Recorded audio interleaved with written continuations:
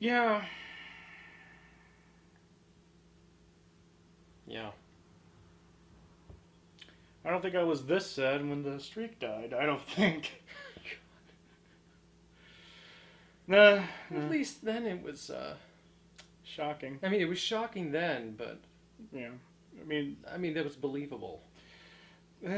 I suppose. I mean, like, say what you will about. Well, I mean, Yeah. I knew this was going to happen tonight, but like, it was grounded in reason to me. Yeah. Enough. Yeah. Like it's Brock Lesnar. Yeah, like it made enough sense at the time. I mean, say what you will about how they booked it since, but Yeah. you know, I understand why they did it, but I understand why they did what they did tonight. I just You don't have to like it though. Well, let's hold off about that. Yeah. Until we actually talk about it. So, WrestleMania 33. On the whole, better than 32. Just in terms of general match quality. WrestleMania is really starting to be one of my not so favorite pay-per-views lately. I wouldn't. It just seems that we find ourselves at odds with WrestleMania because WrestleMania is supposed to be, well, now it's become sort of like WWE's actual mainstream representation in pop culture. Okay, or at least they'd like it to be, considering all the celebrities they wanted to shout out, which we'll get to again. And so when you're trying to appeal to a popular consensus, you're going to try to go for what you think would be the most popular people, and unfortunately, that means some boneheaded booking decisions. Well, I shouldn't say boneheaded. There is a method to their madness. It's just not our method, and it's certainly not our madness. That's just what we're going to have to put up with. We realize, like pay-per-views like Money in the Bank, Extreme Rules, stuff like that, TLC, that's for us. Yeah. Royal Rumble is definitely for us. Definitely for us. WrestleMania, that's for people who like, I might see wrestling every once in a while. Oh, WrestleMania's come this year. It's the WrestleMania time this year. Let's watch it. It's becoming that kind of bloated,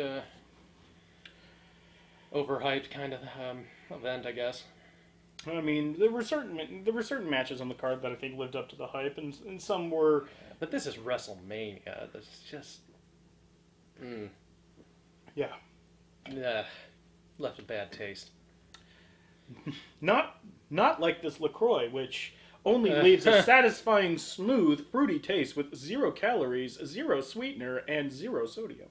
0 aspartame. Yeah. Give me money, LaCroix. So for the first time in gift exchange history... I'm going first. Yeah, technically I'm going first. I'm going last. Yeah. I'm giving you my gift first because your gift to me is right there, and it is the... You're looking at it. Well, not the gift itself, but it's wrapping. But it's wrapping, and it's about as big as that fat head of Zack Ryder I gave you. So I shudder to think what it is. But anyway, here you are. I know that you were pretty hyped about this. Oh, yeah. And then I saw that, and I realized, well, it's about time for a WrestleMania miracle. He finally won up to me. But I think this... Well, you haven't seen it yet. I think this will hurt you more, though. Oh, my God. Oh, man. You want to show the good people what I got you? There's nothing else? Nope. Really? That's Nothing it. else? That's it. That's it. Oh, yes. I managed to snag myself a Divas belt. It's a Divas belt. Thank you, Ben. Gone but not forgotten. Yeah. Gone but not forgotten. Find any more of these so we can get rid of them all. God damn. I expect that to be properly displayed when I go over to your house next time. Well,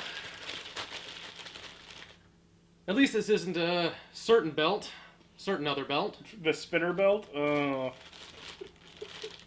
superstar belt. Yep. Yeah, that's a Divas belt, alright. I like how you're just trying to come to terms with the fact that I gave you a Divas title belt. So, this is what Gabe got me. And I have to kind of So here's the thing. And we should have a proper for this. Be very careful.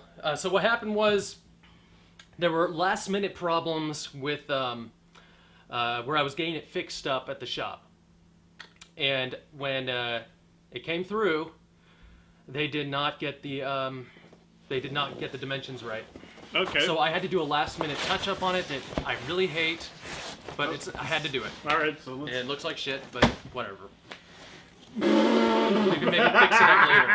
Be careful, the back of it is very sharp. Okay. There are lots of nail pins and things. Let me get this over here properly. It comes out very easily. We can fix this up later. But for now, it has to do its job. I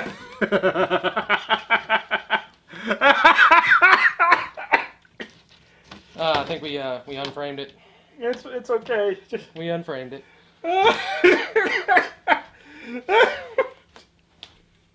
You shopped it. I can't believe you shopped it. I did. I did. And then you blew it up. You bet I did. Shop the fuck out of it. Yeah. You have to like... I know you guys As I said, the dimensions were wrong. They said it would be like an inch larger than a few inches larger, or all around. So we'll find ourselves a nice frame for it, but... Okay.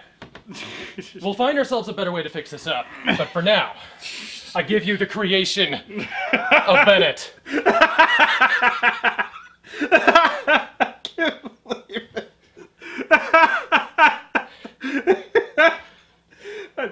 Let the festival of friendship begin! Where did you get that photo of me to use for this? Oh, you wish you knew. Yeah, I did, because that's an old photo of me. I don't have my... I had to get the right photos in order to have you looking at me properly and me looking back at you. And I found them. I scoured all of your Facebook photos. I scoured the internet to make sure I had every single possible image of you that I could find. And I did it. It's beautiful. So you like it? Yes, I do. Well, it's not a lame gift then. No, it's not, but I'm glad this went on last. Jesus Christ. It's for my best friend, man. Oh, No matter how horrible a person you are. Man, you weren't kidding about it being sharp back here. Yes. Did you cut yourself? No, I did not. I Good. Didn't. This looks like tetanus personified back It's here. not. They're pins, not nails. They're tacks. They're tacks. Yeah. Yeah. Okay. That's. So there's no rust or anything like that. All right. But... No tetanus. Whew. I had to do some last minute fixing because I put it in the frame and it wasn't the right dimensions. I was like, fuck. Yeah. We'll find ourselves a better frame. Piss me off. What is this, on plywood or? Yeah, that's just on a little bit of plywood there. Okay, we'll definitely measure twice, cut Yeah. once when it comes to finding a better frame. Yeah. I also have to find a way to... Let's get a little closer to show the details. There's Bennett right there. Oh, and you see the I got you a B there instead of the K. Yeah. Oh. So it's BW. If only you And there's me. I like how you made me God in your own portrait. Well, you know, Jericho did the same thing. That's true. This is... I'm glad that, even though, you know, it's not lame, I'm glad you like it. All right, we'll find a place to hang. Well, first off, we have to find a better frame for that, and then we'll probably hang it over. I got it. We'll hang it over my couch. Yeah, perfect. I want you to see that. I want you to see that every day.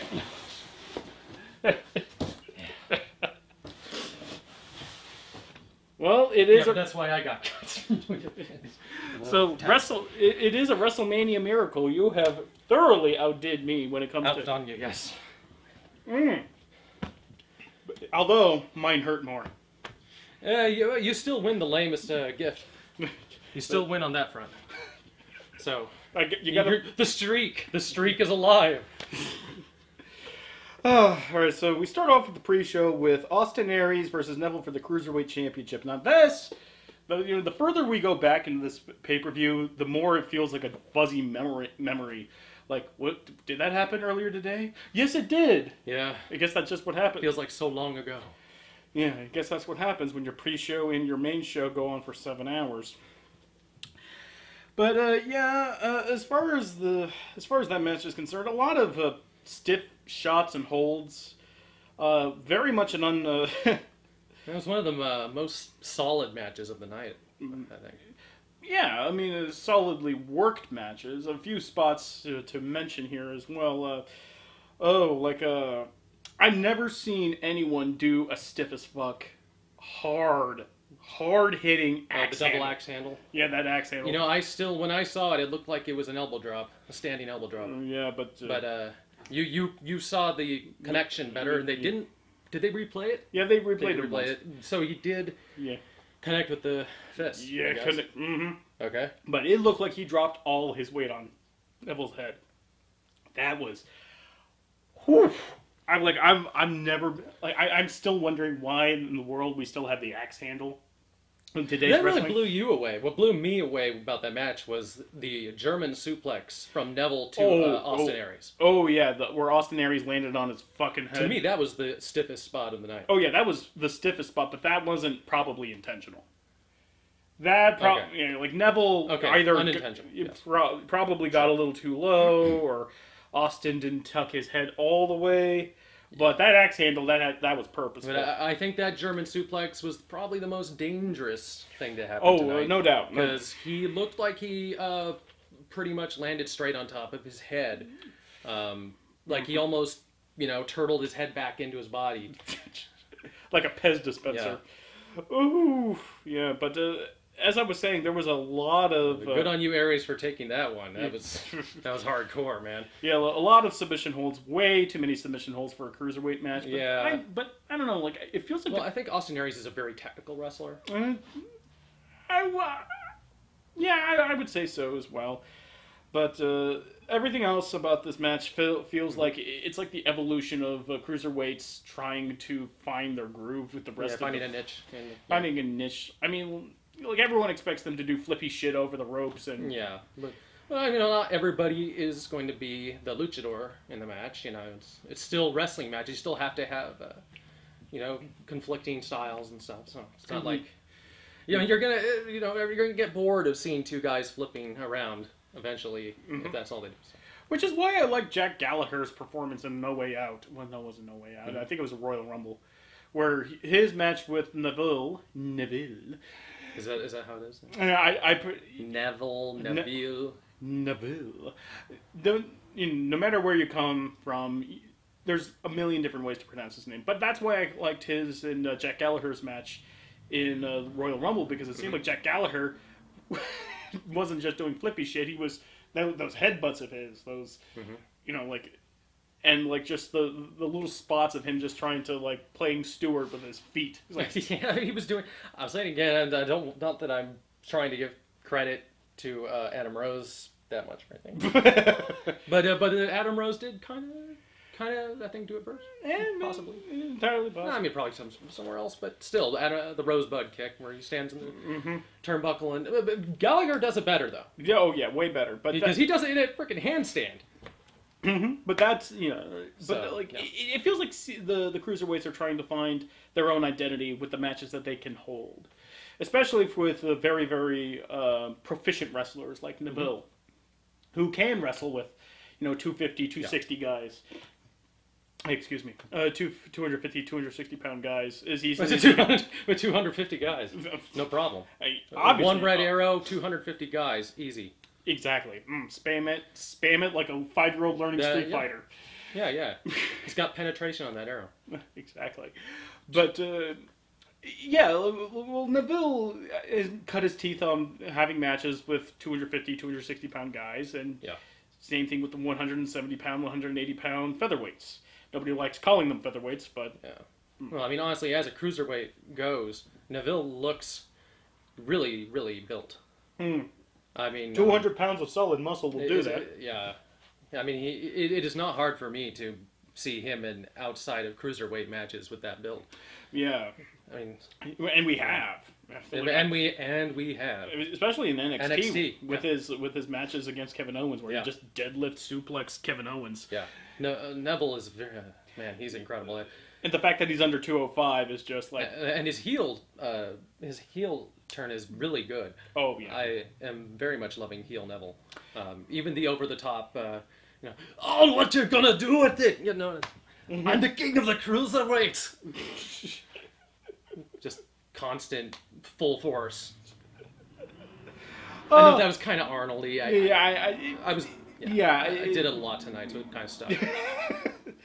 I think my favorite move of the night, though, my favorite move of the night, or at least in this match, I'll say in this match, was Austin Aries' drop kick from hell that sent fucking Neville doing a full backflip. Was that the first time you ever seen one? A drop kick from hell? Yeah. I can't recall ever seeing a drop kick from hell like that tonight. That was really good. Or at the very least like that. No, I have not seen it. Yeah, full revolution of spin on that. That was something to behold. And the fact that they're protecting the Red Arrow as much as they can, with the only way to defend against it is just to roll out of the way, because if it lands, you're dead. Yeah. As it should be. So. And that's good to see from such a high-flying, complex move like that. Because it seems like in the recent past, those started to get buried a bit. Mm-hmm. And we'll start seeing some more burying of that, I think. And when, thanks to another match that we'll get to. But oh, and did you mark on there? I think it was later on in another match, but where somebody actually clothesline from Hell's themselves doing a clothesline. Did you? No, that? No, I didn't. Okay. You might have to bring it up in the match. Okay. When the match comes up. I might have missed that. Because unfortunately, during a 7-hour telethon, as it were, biology comes a-knocking, and I had to excuse myself for a few matches, during some matches. One, I missed nearly the entirety of the match. And it wasn't a few matches back-to-back, though. It was spontaneous. Yeah, spontaneous, yeah. All right, as Mark Cakes would say, my poop was sick. So when we get to these matches where I had to bail for some time, we'll get to that, and I'll leave it up to my main man here to fill in the gaps. But yeah, Austin Aries manages to land the Red Arrow and retains. Hip hooray, that man could hold on to that belt for 2 years. And I wouldn't have a problem with it. Although it will intrigue me to see who and how they will take the belt off of. Who will take it and how will they take it? I hope he has a good long run. Me too. So in comes what everyone who saw the card knew was going to be the worst match, or at least possibly the worst match of the night. And it turned out to not be the worst match of the night, just by sheer personality, I guess. The Battle Royale, where Big Show and Strowman are just almost immediately, eliminated, like within Battle Royale with cheese. Mm-hmm. But yeah, they were almost, not quite immediately, but relatively for how long they normally would last.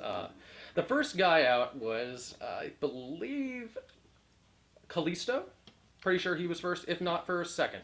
Mm-hmm. But I'm pretty sure he was first. Yeah, and then it just kind of, it just fell into place. Sorry, Big Show wanted to so badly for this WrestleMania to be his last WrestleMania before he retired and have his match with Shaq. Yeah, and so did we. That was mean. I mean, I wouldn't say that I would wanted it to happen that way. But... No, not that way. I'm just saying. But then he's like unceremoniously just kind of lifted out of the ring and he loses, and that's it. That's his last WrestleMania moment for Big Show. Talk about That's not a good way to go. Obviously, obviously not. But it's still more dignified than fighting Shaq. Sorry, Shaq. Well, at least the match with Shaq would have at least had some kind of soulness to it. There would be like a focus between two men instead of just. I guess. Instead of him just being unceremoniously lifted over the ropes. Well, this is obviously not going to be his last match then. I don't know. He was talking about this WrestleMania like if it were his last. Yeah, but that's not a way to go. He might ask WWE for one more year just so he could have his proper send-off. I mean, especially, when you see the end of this pay-per-view, it's like, that Big Show? No. Come on. No. Well, I mean, I love the Big Show. You know, growing up, everything. It's just I want to see him have a good way out. Yeah, but then again, the Big Show's always been like that up and down character. He's sort of like the 7 foot tall version of Hornswoggle. What the hell are you? I mean, like What? Yeah, like Big Show to me has always been like. This is a horrifying image. I know it's a horrifying image, but my point is that Big Show for the longest time has never been truly like a main event threat. He's always been, ever since like 2002 or 3, he's just been pushed as sort of like this comedy giant. I mean, he's had his moments, but you're right. Like, there's been a lot of undignified. The samurai thing. The sumo wrestling match. The where he had Vince's face plowed into his ass, and they just couldn't stop doing that. No, they couldn't. Like, he was dressed up as a giant baby. A lot of indignity in that man. That the man suffered. And he took it really well. I think he, even enjoyed some of it. Yeah, like maybe a lot of it. I don't know. He had a good sense of humor, from what I remember. Oh yeah, like he's always like he loved SNL, growing up and everything. Yeah, Paul White is if anything, like he's carried around by his sense of humor. So, and I think that's part of the reason why he stayed around for so long. I mean, like he was an okay wrestler. He had his size and he could move. He had athleticism, but I will kind of miss him having fun. When that day, as terrible as it was. There was a bit of a charm to it. The WMD lightly nudging someone in the face and just them overselling the crap out of it. Love it, love it, love it. But the battle royale continues despite Big Show and Strowman just being unceremoniously lifted over the rope. I mean, it took the rest of everyone to throw over Strowman, but. Strowman takes out Big Show. Everyone takes out Strowman. And from there on, I was thinking that this was going to be Luke Harper's night. I thought so too. It just felt right. But no, it was not meant to be. Instead, it was Mojo Rawley's night. It was Mojo Rawley's night. But it was almost Jinder Mahal's night. Which he called. Yeah. But just short. Just short. Just short of it. As everyone keeps dropping like flies, when part of us were rooting for Sami Zayn, but we also knew. Oh yeah, I was. But everyone else remembers Tommy Dreamer and just realizing, he's Tommy Dreamer for our generation. Yeah. God, but he's so skilled. He is so skilled that I just sometimes it's hard for me to believe him being beaten so easily because of the things he does in the ring. You mean put him up there with AJ Styles as far as skill, man? Okay, entirely. He's incredible, and I don't really buy it that much with him. He sells it well. He has he sells the gimmick well, but he does things, incredible things that he should not. Should not. I mean, I'm with you on that. I'm with you on that front. But he kind of plays the like second place Charlie Brown character down to a T, and that's what he's always been. So it makes sense to me that he never comes out on top, except for on Battleground, which it goes to explain why that match was so great. But no, it was Mojo Rawley's night, which I was okay with. I mean, yeah, I was okay with too. Although I will say the spot with Rob Gronkowski was a bit overplayed. Funny, but overplayed. When Jinder just basically throws his drink in his face and... Well, he takes a big swig of it first, and then we're thinking, okay, he's going to spit on him. Carlito style. Or Triple H style. But now he just lets it dribble out of his mouth and just throws it. I have no idea why. But so Gronkowski comes in and just tackles him, and very much a Lawrence Taylor situation, WrestleMania 11. But yeah, Mojo Rawley, I mean... I like him. Maybe I shouldn't, but I do. One of those guilty pleasures, I guess. But I'm kind of like mirror opposite with you because I like Zack Ryder and you don't, and I don't like Mojo Rawley and you do, and they're tag team partners. So I have a fat head of Zack Ryder, and you don't have one of Mojo. Noted. If they have one of Mojo Rawley, you're more than welcome to give it to me as a lame gift. You know now that I can create things. I have means. The thing is, you don't know when it's going to come, though. You have a certain set of skills. Is I what have a you're certain trying set to of say to me. skills, and I will use them. But yes, you don't know when it's going to come, though. That's the best part. Wait. So what's next? Yeah, Mr. Energy Legs won. Mr. Energy Legs for Dean Ambrose versus Baron Corbin for the IC title, which would have been on the main card had not people on Twitter spoke up about the treatment of the women's championship, SmackDown Championship being relegated to the pre-show. So one way or another, a belt was going to be buried by its placement on the card, and it just wound up being that the IC title got buried. Which, to be fair, there wasn't a lot of hype behind this match, so it might as well be on the pre-show. But I don't know. I felt like this was going. I felt like Dean Ambrose and Baron Corbin just have no chemistry together. No. It's just No, don't. As no. much as Baron Corbin has improved, as much as he's improved, he is not. He can't have a match with anyone. He just can't. He needs to have a certain kind of opponent to bring out the best with him. Oddly enough, Kalisto kind of brought out the best with him, I think. Huh. Weirdly enough, like I enjoyed his match, his chairs match with Kalisto, even though it was one of the weakest matches on that card. At the very least, there was a kind of energy there that was sorely absent in this match. Not to say that this whole match was just, like a snoozer, but it was definitely, I think when they heard that they'd been bumped from the main card down to the pre-show, they decided to phone it in. Which, granted, if I was told I was going to have a match on the main card and then I was bumped down to pre-show because, backroom politics and such, I would have phoned it in as well. Or because, women only have 2 matches in the whole night. Mm-hmm.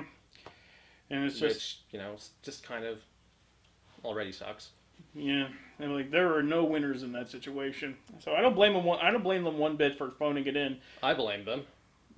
That's a bad work ethic. It's bad work. Sorry, it just is. I know it's bad work ethic, but it's also understandable work ethic. I don't know. I mean, I'm not in the business. I don't know how exactly that goes, but I mean, personally, I just come from the idea that you owe it to the audience to do your best. I mean, in a perfect world, especially in a Wrestlemania event. Mm-hmm. I mean, like in a perfect world, in a perfect world, I would agree with you. But like, I have to wonder, like, when did they find out about when they're going to come on? Maybe they learned it of the day. Well, let me put it this way: I'm not going to hold it against them, but it's not. It's sort of like a natural reaction. I think it's more of a natural reaction, not like them trying to spite anyone. It's just like we found out earlier today that we were on the main card, then we were pumped down to the pre-show, and it's like I mean, assuming that any of this is but considering like the energy that both men had, I think that both of them just said like, all right, Corbin already knew that he wasn't going to go over Dean. Dean, got shafted from his place on the card, so he just decides, all right, well, let's just have this match. Let's just make sure we don't hurt each other too much, and then just get in and get out. And that's what that match was. There was a weird spot that I marked down here for. I believe it was Corbin trying to go for a choke slam, but instead of just lifting him up and just dropping him down, he just did a leg sweeps and choke slam. I mean, I've seen it done before.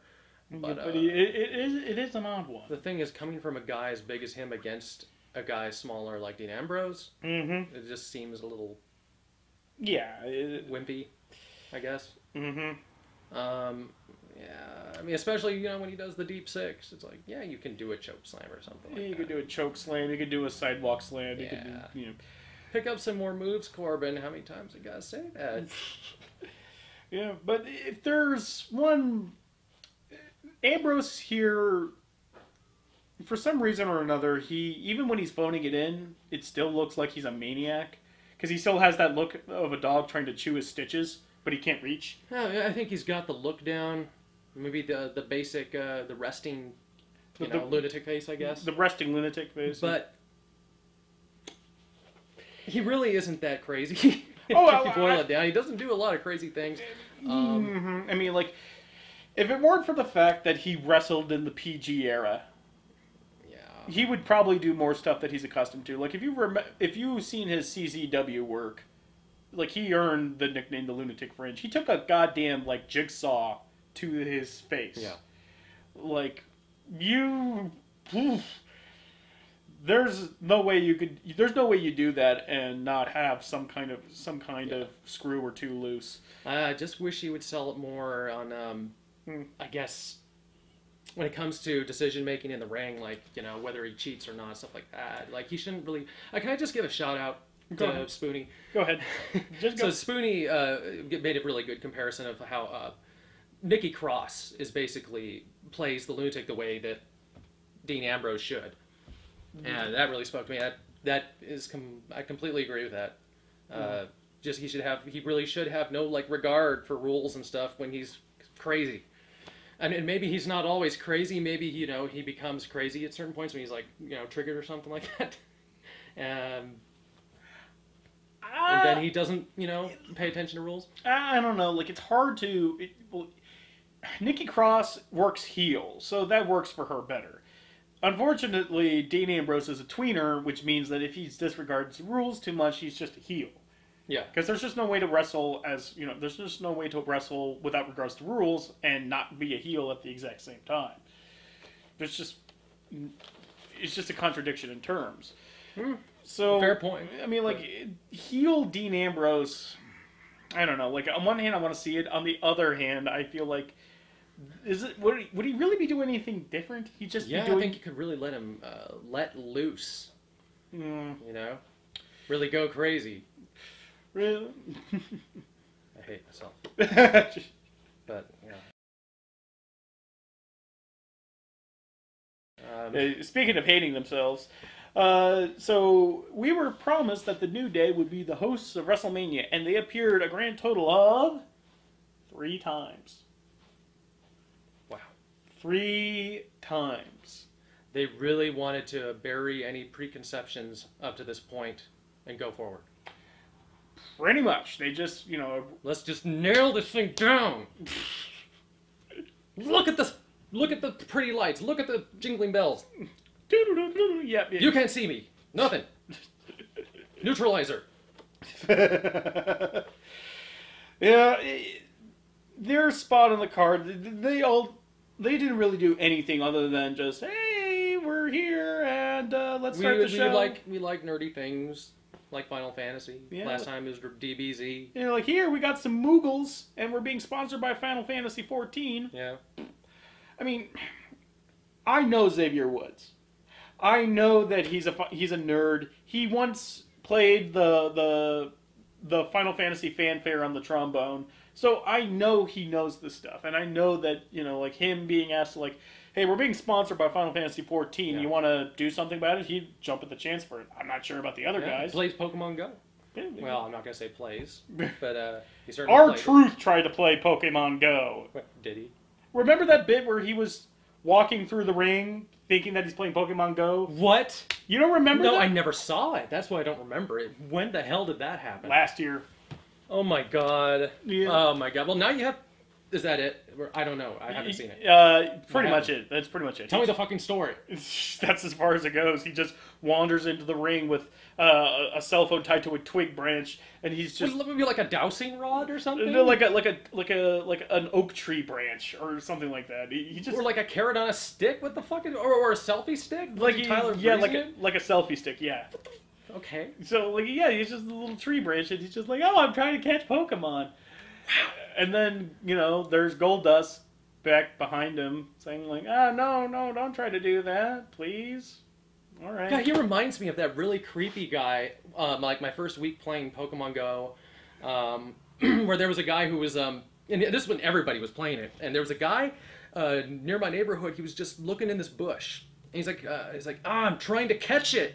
And I'm like, oh, he's trying to catch something that's over there. I was like kind of approaching cautiously, and I realized he has no phone. Okay.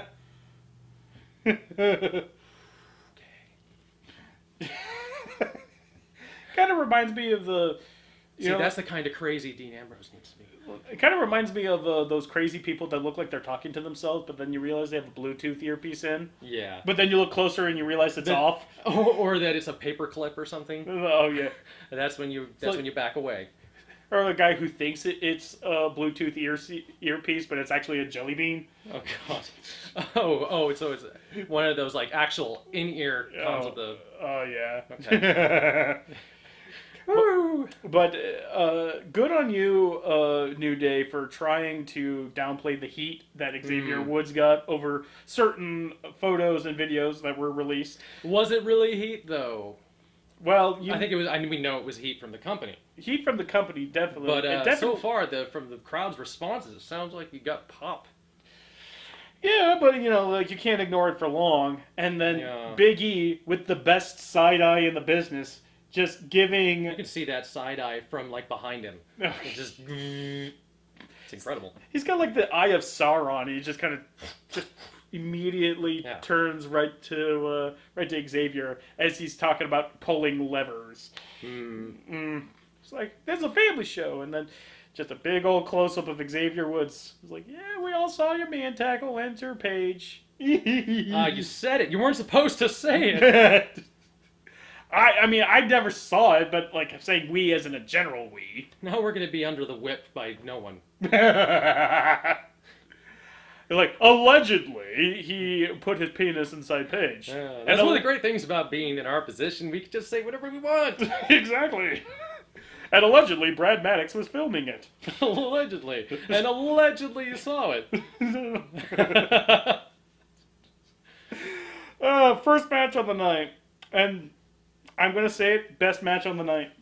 First is probably the best match of the night. Just in terms of, okay, this is going to be shit. And then all of a sudden, like, where the fuck did this come from? AJ Styles versus Shane McMahon. Of course, AJ Styles wins. Of course, AJ Styles wins. And you know what? Say what you will about Shane O'Mac not being a wrestler. He put his, like, he lit his ass on fire. I will give him it tonight. I will. Like, yeah, Shane McMahon busted his ass to make a great match. And, he had to. I would have been quite pissed if he didn't. I mean, he had to, granted, but he did not disappoint in that regard. When you're in a position such as his where people still people question, the legitimacy of whether you are a true wrestler or not, or a spot monkey or whatever you want to call it, you really gotta, and you're the general manager, and you're a McMahon, and you're giving these promos about how you don't want to push your own agenda on people, and then you put yourself in a main event or was that that was the kickoff, I think. No, that was after the kickoff, and no, this was the first match on the night. Yeah, the first official match. Yeah. So it was still after the kickoff, pre-show. Sorry, not pre-show, but when you're in that position, you really have to go all out. Oh yeah. No, that took me a long time to say. But there's a lot to go over. Just in terms of the individual spots are, again, just blindsided me with how good they were. First and foremost, the mat wrestling that started off, and just seeing Shane just kind of twist and almost breakdance over AJ just to keep him off his keep him on his toes was. I forgot Shane can be quick. Yeah, I sincerely do. Shane be nimble. Shane be quick. Yeah, I wonder why he still wrestles with that shirt on. I mean, remember like the first last year when he came back and he elbow dropped on the Undertaker. Oh yeah, Undertaker, and you saw a little bit of his gut. Yeah, he's built. Yeah, he really doesn't need to wear the shirt. Yeah, he looks impressive with the shirt. I know it's iconic from back when when he wasn't quite so built. But yeah, you don't really need to. Yeah, I mean, he looks pretty impressive. I mean, maybe like he has good abs, but his pecs aren't very good. I don't know. Like, I have no idea. I have no idea what he looks like because I can't get close enough with my telephoto lens from outside his house. Maybe get Tyler Breeze it, just have midriff or something. I don't know. Or he could do what Sami Zayn does and just try to comb his gut hair into a six-pack. Oh yeah, you remember that? Back, I don't know. Does he still do it? I don't know. But it was incredible. The amount of dedication that goes into that kind of man grooming. That manscaping. Manscaping. Yeah, but when you're talking about not pushing your agenda on people, and you're putting yourself in a main event, or sorry, not main event, non-kickoff. When you're putting yourself in the show proper, I'm sorry, it's still... It kind of burns my ass a little bit. Like, you're taking a WrestleMania moment away from another wrestler. On the other hand, who would be an appropriate fight? Like, you could try to disassemble the main event with Bray Wyatt and Randy Orton as far as, giving AJ Styles an opponent. Like, maybe turn it into a triple threat or something like that. Yeah. But I would say that would be kind of a disservice to all three guys. But he did good. He did good. He did good. He did a fucking shooting star press. Mm-hmm. And would have landed it too if that was, if that was booked. But it wasn't booked, so no water in the pool on that one. And I will further say that I think why Shane took the match, why they booked the match, was the fact that, quite simply, HBK wouldn't play ball. He retired, and they were offered him the match with AJ rather, and he said like, no, I'm retired and I want to stay retired. Yeah. So now what do you do? So it's like okay. Shane usually apparently you put him on announcing. Or for the pre-show. Yeah, pre-show, and just watch him pee away his mic skills by trying to talk extemporaneously instead of from a prepared. It hurts. It burns us. Mm-hmm. He stumbles more than I do. God damn. Well, it doesn't hurt. It doesn't help rather that his cue cards have to be placed 2 different cue cards from on either side of the camera for his fucked up eye. Just laser point everything. But more spots that I want to cover up when it looked like AJ was going for the phenomenal forearm, but it turned out he undershot it, so it looked like he was going for a what's up right into Shane's balls, but he caught him into a triangle chokehold. I'm sorry. Now when you say what's up, I think R-Truth. Damn it. I know. It's like what era are you? No, it's just now when you say that. It was like now. I know what you mean, but do not let R-Truth ruin what's up. Yeah. I mean, of course it was a dated reference even at the time. R-Truth has really ruined it for me. Just what's up in general. I can't say it as a greeting. I can't. This is the first I've heard of this. This is... Okay, now I know. Oh. Yes. I got some more ideas. More ideas for you. So... But the typical Shane O'Mac spots were all there for us to enjoy. The coast-to-coast trash can spot. Of course, since AJ knocked out the ref, and this was just supposed to be your standard singles match, we had to find a way to get the weapons in somehow without breaking without breaking everything. So AJ, realizing that he knocked out the ref, said, better use these weapons that Shane O'Mac is infamous for using, and then proceeded to do 2 great spots with the trash cans. Yeah. I loved the mist coast to coast where Shane just uses the trash can to just not cock block him, but cold cock him. Yeah. To cold cock him, and then an actual traditional coast to coast. I was worried when AJ starts getting the garbage cans from out of the ring. And I was like, we know you're just doing that so you can do coast to coast. What were you planning to do with those garbage cans? You never do that. And then he starts to set him up for coast to coast. I'm like, okay. That's legit. That's legit. If you're going to do it. Yeah, beat him at his own game. The intention is there. Mm-hmm. And then the night capped off with Shane O'Mac preparing a shooting star press. It's like, yeah, you better cross yourself. Look at Brock Lesnar. Much bigger guy, but still. Much bigger guy, but he lands it perfectly, albeit in an empty pool, but he lands it so he doesn't break his goddamn neck. And AJ with the phenomenal forearm, and 1, 2, 3. Yep. Not one of AJ's most glorious nights, because it wasn't supposed to be. But this was But it was great for Shane. And, and AJ did really good to work with Shane to make him look really good. Shane and AJ put on a pretty good match. Yeah. And there's no asterisk behind that. This would be pretty good if, Shane was a regular wrestler. An everyday wrestler, rather. Yeah. Would have been good. I mean, I'm interested to see what is going to happen come SmackDown, considering that Daniel Bryan fired him. Now he beat up his former boss and won. I'd like to think, I've earned my place back and I want to go after Randy Orton. Yeah. Because he's a main event guy. And further, in retrospect, Shane, first match, proper of the night. It's kind of like the leader going into battle first. Mm-hmm. It's admirable. It's admirable if you think about it that way. It's like showing that, I can go in there. I go in there with my guys, and I go in there and wade into it with them. It's kind of admirable. Yeah. Yeah. And that and like Shane O'Mac being a part of this fight is definitely within the tradition of the McMahon family to have someone involved in a fight. Yeah. Like, I can't remember a time in which either, like, from one WrestleMania or another, that Stephanie or Shane or Vince haven't gotten involved in a match in one way or another. So I think that's just kind of like par for the course. I mean, WrestleMania 30, Stephanie didn't even really do anything. She was just on the sidelines, basically. Yeah. Playing evil henchman to Triple H. That was a great costume for her, though. That was pretty cool. The dominatrix outfit. From WrestleMania 30. Yeah, it was one of her bet. Wait a minute. No, that wasn't WrestleMania 30. That was WrestleMania 32. Wasn't it the last one? Yeah, WrestleMania 32. Oh, were you talking about 30 I was talking 30? about WrestleMania 30 in that okay. The only McMahon who was near that ring on that particular WrestleMania was Steph, and she just had like a business blouse on. Oh, okay. That's different.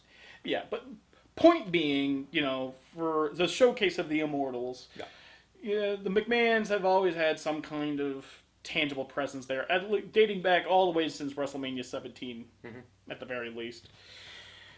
God, and then that insane match in WrestleMania 19 with Hulk Hogan and Vince McMahon as they just bled all over each other. Oh, I mean, they're not going to have a match like that anytime soon, but I'd love to see. I don't know why I want to see this so badly, but I do want to see like Nikki Cross and Stephanie McMahon just decide to for one day to we're gonna fucking spat and we're just gonna have it out. Nikki Cross and Stephanie McMahon. Because I'm thinking that Nikki Cross is the only female wrestler on their active roster in any shape or form that'd be willing to bleed. I believe it. I totally believe it. Absolutely. But Stephanie and her, interesting combination. Well, yeah, because I want to see just because it has to be a McMahon. Yeah, it has to be a McMahon. I mean, Shane O'Mac has done a lot of fucking insane stuff over the WrestleMania but years. Wrestling, and SummerSlam. So they don't do that. They don't. Even though Nikki Cross has crossed the gender barrier a lot when in the ring. Yeah, exactly. But if we're talking about hypotheticals, shoot for the fucking stars. And speaking of hypotheticals, Byron Saxton flubbing the YouTube sensation Lily Singe's entrance. Byron saying that the YouTube superstar, and then just gets cut off by Kevin Owens' entrance. I think they mistimed the entrance because Kevin Owens enters, and then the promo plays for the entirety of the feud between him and Chris Jericho, and then it snaps back to him just kind of waiting in the ring for 4 or 5 minutes. Oh boy, that was embarrassing. And then finally Byron could say oh yeah, we were talking about Lily Singe and she's right there, and then she waves to the camera, and then we're back to Chris Jericho and Chris Jericho and Kevin Owens for the U.S. Championship. Now, I was expecting more out of this fight than I got. I really did. Although there were great spots. I mean, there was great character moments, and there was great in-ring, what's the word I'm looking for? In-ring little bits, little tidbits, little flourishes. And not the least of which, both Gabe and I were just kind of beside ourselves when we saw when Jericho goes for the pin and Kevin goes for the rope break by putting one finger over, and you got the rope break. Just one finger. I've never seen anyone do that. It only could have been better. What is it, pinky? It's just. But yeah, it was like the painting, right? Mm-hmm. Just we thought it was going to be a reference to the painting. creation of Kevin. The creation of Kevin, now the creation of Gabe. The creation of Bennett. No, because I'm God and I'm giving life to you, so that would be the creation of you. Yeah, but it was the creation of Kevin. Well, and Kevin was the person who was in the place of God. But that title makes no sense. But that's what it was. The title makes no sense either. Go back and watch it. It's the creation of Kevin, but Kevin Owens is God in God's place, and Jericho's in Adam's place. So it would have been the creation of Chris. Well, I think what it means actually is Kevin's creation, the creation of Kevin, not of Kevin himself, but like. So it would be creation by Kevin. Like using another word, like the performance of Kevin, the ordeal of Kevin, the manifestation. Well, yeah, but it's like the creation. It doesn't. I know. It does. We are better than grammatically ambiguous titles. But I think that you're right. I think the original piece in the Sistine Chapel or whatever is called the creation of Adam. So whatever. Yeah. The point being that this was a match that had all the hype behind it, including all the story, and what we got was a serviceable match, but it just didn't live up to the rest of everything. I find, outside of the like Kevin Owens' ability to make gold out of wet wallpaper paste by just like having those little bits like a figure to break the ropes, or the or if let's find her. Oh, okay. The Jericho, the Walls of Jericho spot. Yeah. There were 2 different Walls of Jericho spots, but the fact that he was, he took his friend's, finishing move, or at least his signature move, and used it on him. That was great bit of chemistry right there. Yeah, Kevin's so good on his feet. He's just. Mm-hmm. Oh, and that weird sort of inverted Death Valley driver that he did, where he caught... Yeah, where he did like a sidewalk or tilt-a-whirl. Like he grabs him and holds him vertical, like horizontal rather, tilt-a-whirls him to his back, and then it looked like he was about to do a white noise, except he shifts him to his side and then falls to his side to like an inverted Death Valley driver. Yeah, like almost the Perry Saturn thing. Yeah, that was quite the move. I've never seen anyone do anything like that. Yeah, that's pretty cool. Mm-hmm. Of course. But then, unfortunately, there was quite a few mishaps as far as the calling of the match is concerned. First and foremost, Michael Cole. That is not emotion coming out of Kevin Owens' pores. That's gravy from the poutine that Kevin Owens had for lunch earlier that day. Like, look at the emotion pouring out of Kevin Owens' face. Out of his pores. Out of his pores. Leaking out of them just like pus. Just oozing out of his pores. Make it sound nasty. It's like, Cole, I do not want to be thinking about that. And speaking of Kevin Owens, we were privy to a little toy commercial starring him and Seth Rollins. But you wouldn't know it except for the announcing. Yeah, like Kevin Owens' voice is coming out of his action figure, but his action figure does not look like Kevin Owens. No. Who does it look like? I think we settled on, hold on. Bobby Roode. Yeah, we settled on, he looks like Bobby Roode. It looked like Bobby Roode. Mm-hmm. Now, man. Now, Kevin Owens is a very, we'll put it very politely. He has a very very singular figure. He has a unique, strong frame. A strong, some might call pot belly frame. Yeah. And that is so not apparent on his action figure, which I don't know. Powerful. Oh yeah. I mean, the guy that has a boiler for an abdomen, and he's basically a Bowser of a man. Oh yeah. I mean, like, there's no looking at him and thinking that he's a shrimp, first and foremost. And he does look at... He has that sort of weird sort of fat strong about him. Yeah. Like, he kind of looks like... A little sailor, kind of. Oh, yeah. Yeah, like that kind of, that kind of fat where you're kind of like double down, and you double away and you're thinking, wait a minute, there could be muscle underneath that fat. I don't know. Uh-oh. He's one of those guys who's like built to last. Like he wrestles bears in the mountains. No, it's like that. That's just conservation fat. It's only there so that he can live longer than me. Right? Yeah. Damn straight. Even though I am trying to lose this. Yeah, he's doing pretty good at it, actually. Thank you. Yeah, we need to start having some matches. Gotta get my tag team partner ready. Build your bulge for SummerSlam. We gotta prep his bulge for SummerSlam. Well, no, the next big one... Actually, yeah, you're right. The next big one is SummerSlam, unfortunately. Yep. Oh, well. That's only 4 months away. 4 or 5 months, depending on how you want to measure it. But additionally, as far as the announcing for this match, apparently what Kevin Owens likes to do when he's talking trash to his opponent is what's called jaw jacking. Okay. Jaw jacking. I believe that there is a term that's called yaw yakking or jaw yakking. I've never heard Like, that. I've heard people say yakking yaws or yakking jaws. I've heard yakking, of course, but I've never heard of jaw jacking. That sounds like, as I wrote in my notes, that sounds like an invented term that Ultimate Warrior put in his comics. I know there's this older, phrase goes something, but I think he might have got it wrong. Oh, obviously he got it wrong. I'd like to think he got it wrong. I don't want for one moment to believe that was intentional. He jacked my jaw. He jacked my jaw. Speaking of jacking, I had to go to the bathroom. Actually, that was a horrible transition. Yeah. As far as transitions go. Yeah, like that was a terrible. I did not think about this transition. And we already covered that ground. Yeah, already, so. Yeah, I did think about this transition through, especially considering Bailey, Nia Jax, Sasha Banks, and Charlotte are coming out. I gotta go to the bathroom. It would have been a proper transition for the final match of the night. But point being that I wish I could have just been in the bathroom. The point being is that this particular match, I had excused myself because I had to go to the little boys' room, and when I came out, it was like the match was already over.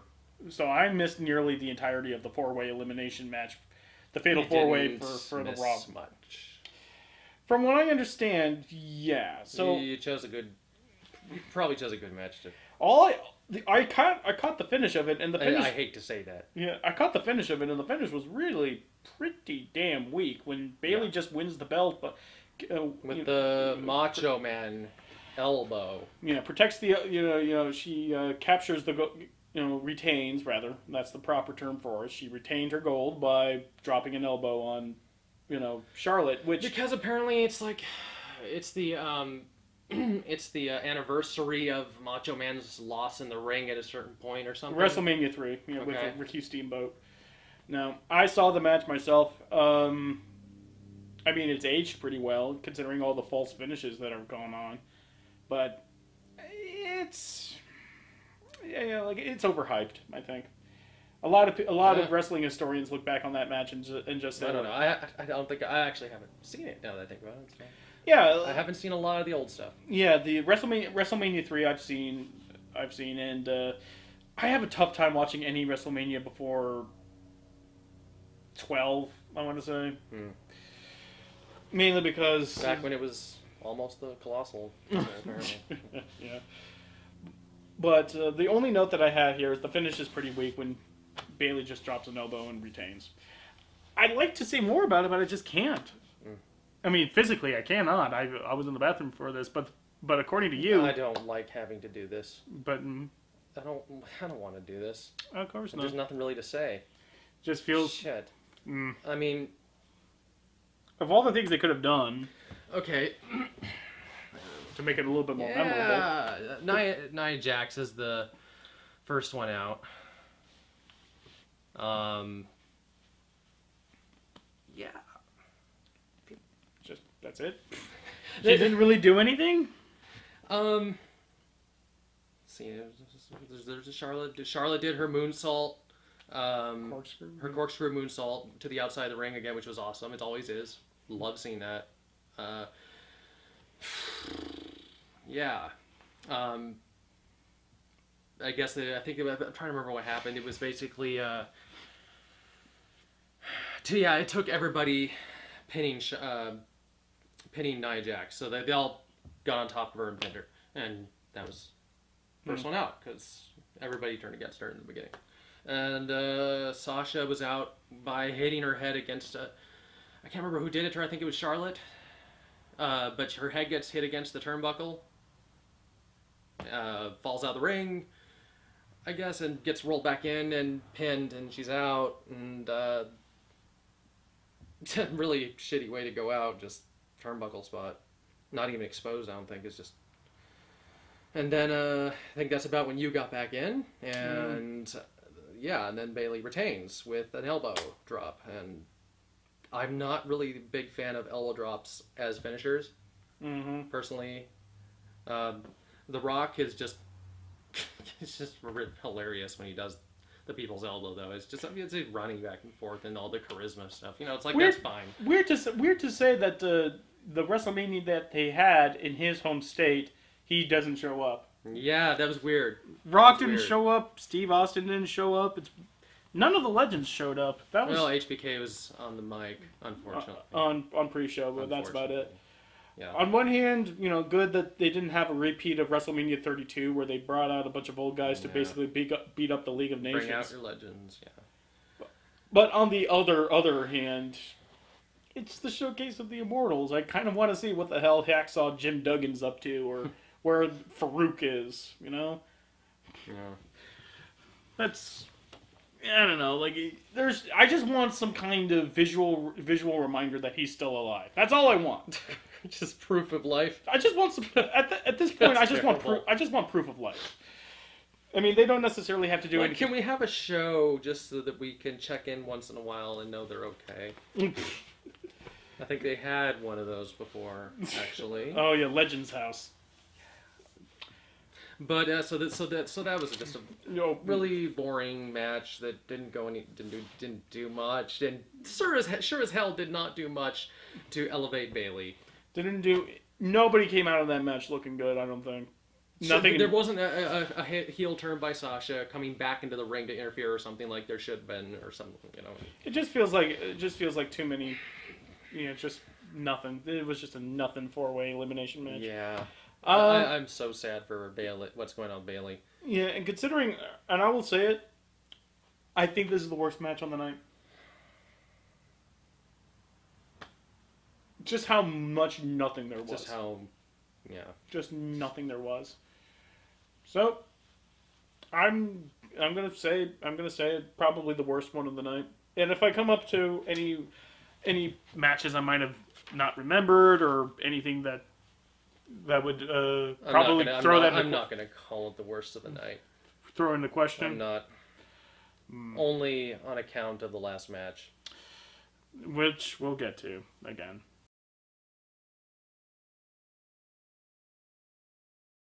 But in brighter news, we had the Enzo and Cass, Cesaro and Sheamus, and the Club in a ladder match for the Raw Tag Team Champions. But who should show up? But the Hardys. Mark out. Oh yeah, you marked out quite a bit. I don't have any mark left in me. Oh yeah, oh man. You marked, and it turned what probably would have been a fairly serviceable but forgettable match into, whoo boy, this is a whole lot of fun. And this is what I was talking about like people, you know, burying shots from on top of ladders and such. When you get the Hardys involved in any kind of ladder match, it just feels like any swanton bomb off the top of a 12-foot ladder or any kind of insane like twist of fate.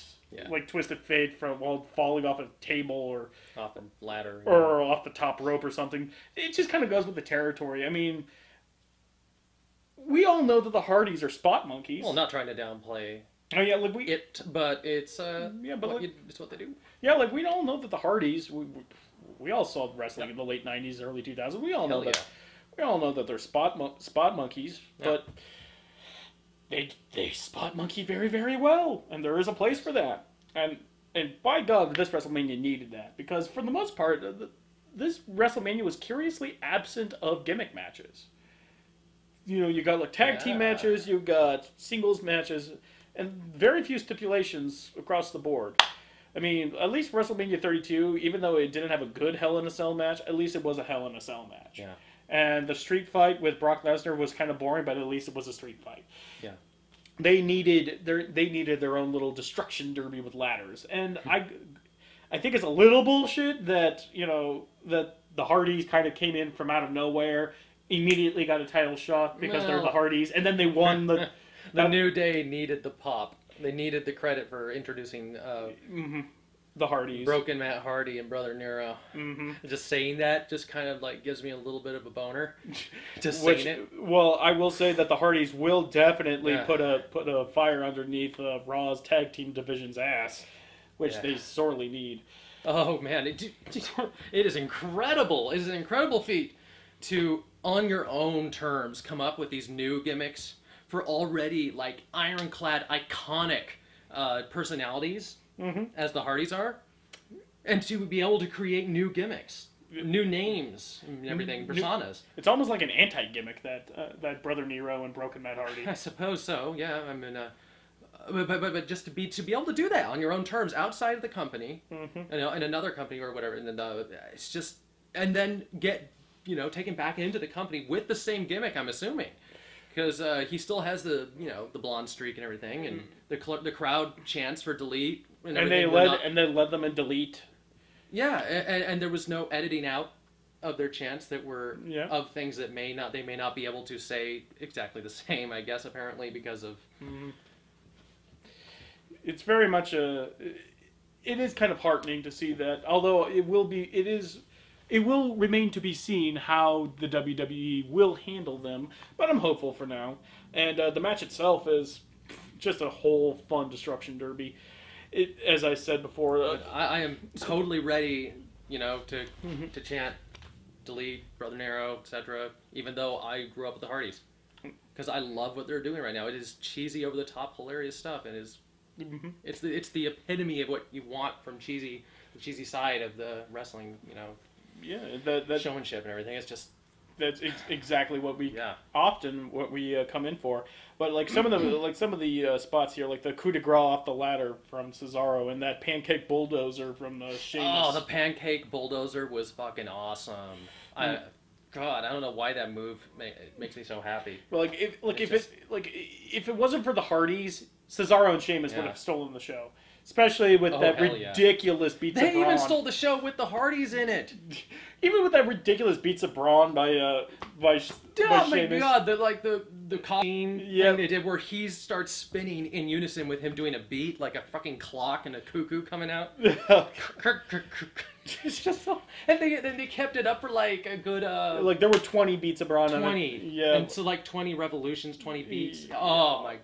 Yeah. God, it was like Three Stooges crap or Laurel and Hardy. It looked like it was on repeat. That was some primo ridiculous shit, and I loved it. Almost as much as I loved seeing the Swanton Bomb off the 12-foot ladder. Unfortunately, Jeff Hardy only caught both of them, but only the most of his weight was underneath his torso, so only Cesaro got to go through. He did it right, but it didn't. The fates didn't allow us to have the double. Didn't have the double through, and Sheamus just kind of had to limply, It was a sad twist of the fates, actually. Yeah, had to roll off the side. But speaking of a twist of fate, there was an elevated twist of fate spot, which, I am more than happy to have in my off the ladder. And hence the Hardys captured the gold off the ladder, and there was a cheering moment. Everyone.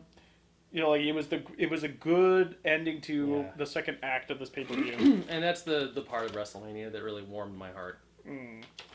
See, that in and of itself, we didn't get a moment like that in WrestleMania 32. Yeah, that's true. That's outside of maybe I shouldn't be quite as hard on this one.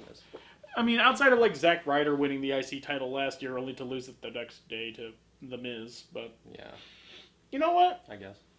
You know what? I guess. I just love the fact that you were just so angry with Zack Ryder. Just so angry. I've cooled down. That's because he's been injured for the last 2 months. Because I have to see him every day in my room. That, and he's been injured for 2 months. That's true. Now from probably one of the high points to one of the low points. By the way, I still maintain that AJ Styles versus Shane O'Mac was the match of the night. Although a close second would be the Hardys. Would be the tag team ladder match. But so Shane and AJ was your it still is my number one. Still is my number one. Just in terms of it surprised me how good that match was. And I love being surprised. And I heard rumblings that the Hardys might come, but to see them actually come in and see I had no rumblings at all. Yeah, I heard some rumblings, but I had forgotten about it, so it was a pleasant surprise to see them come in. Well, thank you for not spoiling. I guess. I mean, it surprised me, but it wasn't like that. Yeah. Oh, now there's some extra pep in my step for this match. there's a difference between like, oh, that's cool. This is going to be a good match too. This is going to be the drizzling shits, and then we see it, and then we're like, that was actually pretty good. I mean, the gulf between expectation and reality is way bigger with the first match than it was with the latter match. But in comes probably the second or third worst match of the night, with Miz and Maurice versus John Cena and Nikki Bella. What a fucking nothing match. And it turns out... that should be, I think, your worst of the night. If No. Because at least the four-way was just kind of null. No. This is better than the four-way because when you're talking about wrestling, you either really, really love it or really, really hate it. If you nothing it, then it's the worst of all the three possibilities. Fair enough, I suppose. And Miz and Maurice Miz and JBL's heel commentary were at least so audacious and just so over the top that I found some enjoyment in hearing JBL try his best to paint Miz in a positive light. Like, look at him, he's a gentleman. And I love the fact that he is straining against his own teeth to try and make Miz the most heel I guess there was on the heel roster. And there was the yes moment where he copies Daniel Bryan's finishers and stuff. So there was that moment where he leads the crowd in yes chant, and it's he pops the crowd with and he goes over Cena, which is just it's not surprising, but damn, I've never seen Miz get that much pop. I don't think ever. Yeah, but that was just because he was facing John Cena. That's it. That's so sad. That crowd hated John Cena, and they knew what the match was going to be, and they knew how it was going to end. They thought they were angry then. They thought they were angry then. So, it doesn't take a genius to realize this is WrestleMania. You're going to get a lot more angry. Or, John Cena and Nikki win the day by just clowning. John takes a beating against Miz, which is for, most of the match. And then all of a sudden, John manages to tag in Nikki, and Nikki just wipes the floor with Maurice. I was really... I wasn't surprised. No. But I was still upset that Maurice didn't wrestle. She got one spot. She got speared, I think, or something. Yeah, she got speared speared once, and that's by Nikki. And then she also took a rack attack. She did take the rack attack. That's right, because they one on one. Yeah. So she took a spear. She took the rack attack. That's something, I guess. But damn it, you're in a wrestling match. I know that leading up to it, the point was, you're just you're just leeching Miz, or he's using you to get on Total Divas or whatever. Mm-hmm. But damn it, you're at WrestleMania. Maybe do a move, like snapmare, something. Fuck's sake, Maurice. No such luck. God. So, second worst match of the night, saved somewhat by JBL, who I don't care if he sucks. I don't care if he sometimes goes into Boomhauer territory where he doesn't really say anything. He just goes. He goes into that Boomhauer territory, especially tonight. But when he's on and when he's trying his best to be the shit-eating, grinning, heel commentator, no one better. Especially when he has a juicy heel to work with like Miz. And him and Miz's heel work alone was more entertaining than anything that could have been in that four-way elimination match. Yeah. I mean, I guess from the fact that you couldn't even say anything about that match when I prodded you to, just speaks volumes of how nothing that match was, and how much it needed to be rebooked. Yeah. So, next match. This is probably the weirdest match of the night for me because it's not a bad match, but it's not I'm struggling to come up with it.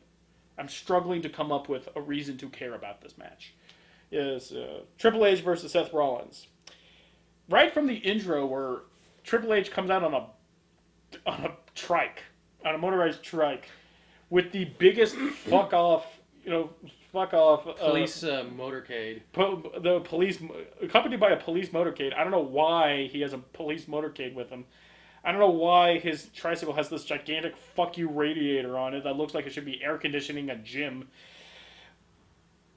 And it was pretty freaking big. I mean, it was enormous. He had like these two gigantic back wheels and a little Smarty for a front wheel.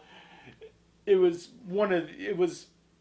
probably the most ridiculous entrance I've seen. And I've seen the most ridiculous entrance you've seen? Oh, come on. Alright. Here's the thing. There is a degree by which something is so ridiculous that it's awesome. Mm-hmm. This was not that. Yeah, like this, like it was so ridiculous, but not ridiculous enough for it to be awesome. It was right at that precipice. So right now it's just ridiculous. Just utterly ridiculous. It had Stephanie writing on the back. It would have been funnier. It would There's have no been better way. if No Triple way. H was writing bitch. No way Triple H would write bitch. I know there's no way. I know. Okay. Like, I have no... Like, I love the way that Stephanie McMahon, during Triple H's matches, looks at him as like, yeah, that's my man. That's my man. She's great. She has great. Yeah, she has great heel tendencies. And I like to think that, like back in their day, like back in like the early 2000s during the Ruthless Aggression era, when Triple H was just basically having his reign of terror, I like to think that during like backstage when like gym rats would try to attach themselves to Triple H, she looks at all that, she looks at like the gym rats trying to get in with Triple H, she's going, my man. Because what woman wants a man that no other woman wants to fuck, really? Let's not go there. Let's not go there. But it's like she takes... I love the way she looks... She takes pride in the fact that other women want to fuck him. Which is why when she looks at, all those slave girls, like in the WrestleMania 30 entrance, she just kind of beams at him. She's like, you do good. She's like, you do good. She literally introduces her own husband, the King of Kings, and she motions towards him. With all these women, yeah, like, she's beaming with pride. See, that's the kind of relationship they have. That is rock solid. My husband's a bitch tamer. See, that's why I wanted to... We keep wanting to see that with Charlotte. Coming out with tons of just, buff, beautiful slave men. Just get some NXT call-ups that nobody knows about, and just have them wear these baggy pants and like those like pointy. Oh, those like harem shoes. And... Yeah, like those harem shoes and pants, and just carry her out on that. We almost had that back in Hell in a Cell, didn't we? Where she kind of came out with the. Oh, you're right. We kind of did, didn't we? You kind of did, but did they actually have her? I'm trying to remember if they actually carried her on a. I think they did. Yeah, we got that pretty close. We got pretty close at that, but. Well, thanks for listening. Yeah, thanks for listening to us. We can just get like a bunch of Jinder Mahals. Not just one Jinder Mahal, but all the Jinder Mahals. Is that your shorthand term for Indian? Yeah, no, fuck, shit. Harry stuff. We're talking. He loves your food, India. Don't worry. It's good. Fuck you. Delete.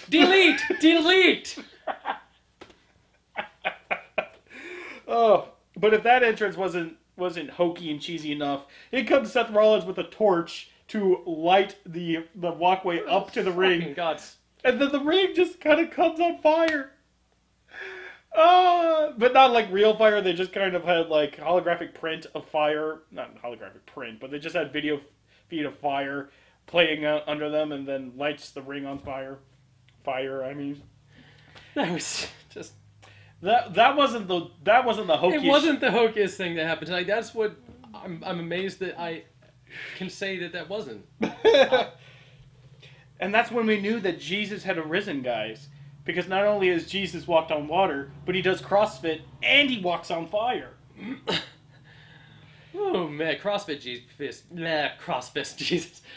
Jesus doesn't walk on water, he walks on fire. Yeah, although I will say... Watch as I turn this heat into wine. Watch as I turn this heat into more heat! I mean, that's what Roman Reigns said later today. Ain't that the fucking truth? So... But the only thing really bad about that entrance was the fact that he decided to go in gold. Seth Rollins, you look terrible in gold. You look like Gold Dust's understudy. Yeah. Stop it. Either go white pants Rollins or black pants Rollins. No, don't go gold. It looks like he was in that, what was that, Greek movie that was, oh god, Clash of Heroes, not Clash of the Titans, but that really bad one with Mickey Rourke. Oh. Immortals. Oh, yeah. That really shitty one. Yeah, he kind of looked like an extra from that. He had little scale things and everything on his sides. But this match, as I said, I can't really find my footing on, because on one hand, it's nothing really. I wasn't really invested in it, even though I wasn't. It's not like I wasn't a fan of the story or anything, and I knew. I guess I just didn't like the idea of knowing where it was going, because there's no way that Triple H wins. There just isn't. Like, there's no room for a story with Triple H winning.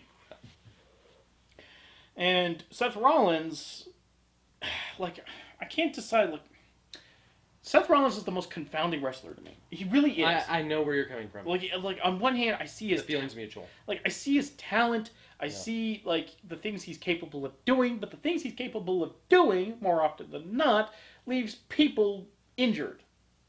Ugh. This will be... Alright, like, he injured...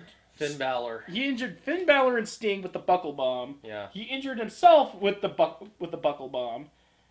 Oddly, that's incredible when your list of injuries includes yourself on a move. That's And I thought they would have told Seth Rollins to stop it by now, but no, he performed the buckle bomb on Triple H before. I mean, during the match, and I guess he's still free to do it. Which if we went by like a body count here. The buckle bomb, 3 injuries, curb stomp 0. Wow. And he cannot do the curb stomp. What are you gonna do? WWE policy. What are you gonna do? Yeah, I'm not really cool with him still doing the buckle bomb. I gotta be honest. After, that is just. Well, then again, if it weren't for that, we wouldn't have gotten that magic 5 months where Kevin Owens was the Universal Champion, and then we enjoyed some pristine moments of Chris Jericho and him clowning on Roman Reigns. I like that. Yeah, I'm not gonna say I didn't like what happened. I liked it. I liked it quite a bit. But yeah, obviously I liked it, but the principle of it is just. Yeah, I mean, look, it's not clear cut about the morality of the situation. I mean, at least don't have him do it anymore. Give it to someone else and let them give it a try. Because fuck shit, man. 3 times, himself included. Like, I mean, what's next? The only way this gets worse is if he does it to both people, like himself and someone else in the same match, and the match just ends. And it's not like he's bereft of moves, like the superplex into the Falcon Arrow, but that never finishes the job. And he has the pedigree as well. Yeah. So there are other ways for him to accomplish the goal. It's just, it's like 1 step forward, 2 steps back with this man. Yeah. And then 2 steps forward, and then 3 steps back. He's always, like, he exists in this weird space where every time he gains momentum, he finds some way to undermine his own momentum, and he's just back to where he started. But the match itself is fairly okay. I mean, there was some drama behind it, especially regarding to what the fuck they were going to do with that Chekhov's table.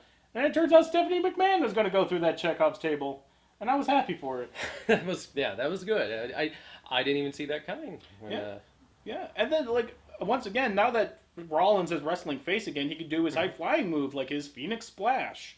That was really good. First time I've seen him do that. Damn. Yeah, when he's... I've seen him do the 450, but that was really cool. Yeah, like when he's wrestling face, he does high-flying moves. Hard to boo a guy who does stuff like that, so... It's like, I get it. I see why he's, I see what it's all about with him. I see why he's so liked. Yeah, but again, unfortunately, he... it's part of his game is just that it seems like he's trying to reinvent the wheel a lot, I think. Like, it's not enough to do a power bomb. Oh yeah, I can do a power bomb. I gotta do it against the turnbuckle. Or I gotta do it against the divider. Or I gotta do it against the barricade. And I gotta do it against blah and blah and blah. I see what you're saying, yeah. It just feels like, you don't need to do that. You don't need to pointlessly endanger yourself and the other person you're wrestling with, your dance partner, by doing something that, quite frankly, doesn't look all that dangerous, but it really is.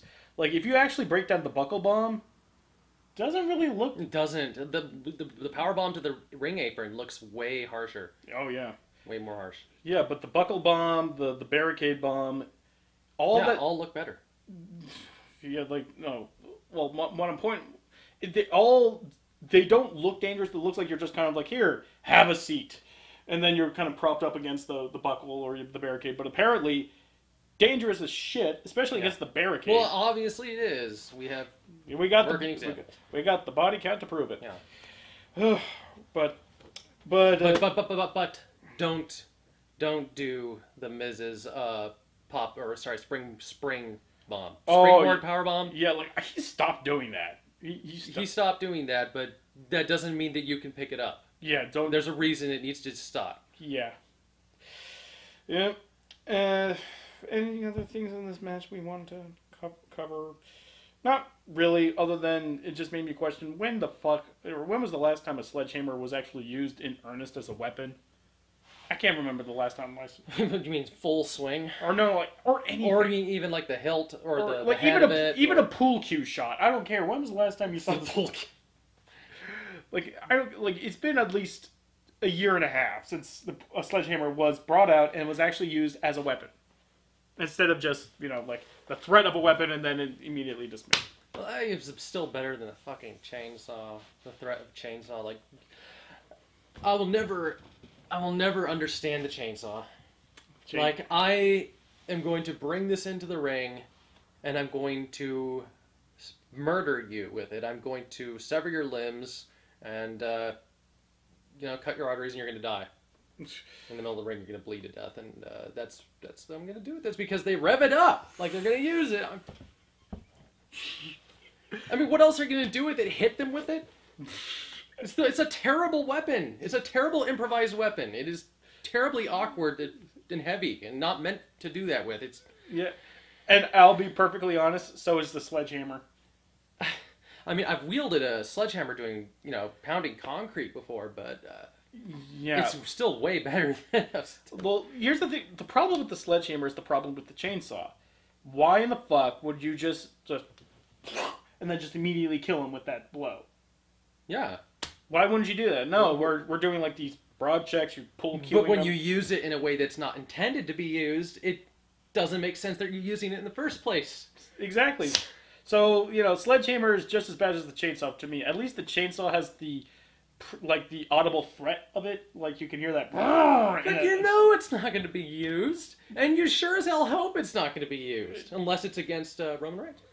Yeah, I mean, like at this point, you try to use that against Roman Reigns, sparks would just fly out. Yeah, really. Especially with that bulletproof vest he's got on. Yeah, who knows what kind of healing medical exoskeletons are under it. Yeah. It's just like fucking Roman Reigns is part of the Spartan program from Halo. That's why his eyes were blue for a while, and then not. Oh, that's when he was undergoing treatment. It's like some iodine in his eye or something, I don't know. I have no goddamn clue, but... Or the spice. He was on the spice, dude. And that's what he was trying to do every time he goes like, whoa! He's trying to use his voice to destroy... Muad'Dib! Roman Reigns! The sleeper has awakened! That would be way more entertaining. Oh, God. We need to be on the booking committee. Speaking of being on Damo floating around in his hover chair. Like Baron Harkonnen. Yeah. Randy Orton versus Bray Wyatt for the WWE Heavyweight Championship. Now, I posed this question to you all. Bray Wyatt's championship run. Where does it stack up in some of the worst runs in WWE history? I'd say it's damn near top 5. Just in terms of how he was never really booked to be a dominant champion, how he came to win it, and what he did while he had it. This is so sad. Really is. I mean, he won the belt in the Elimination Chamber, which, wasn't necessarily, a walk in the park. It's not like he Money in the Banked it and then just took, just... I wish he never had the belt to begin with. If this is how he was going to be treated This with was... He done got... Bray, you done got fucked. Yeah. This was not how it... This is not how his first title run should have gone. It was... Yeah. I mean, if you It want... was really anticlimactic. I mean, granted, I want to see what happens next on, SmackDown, but...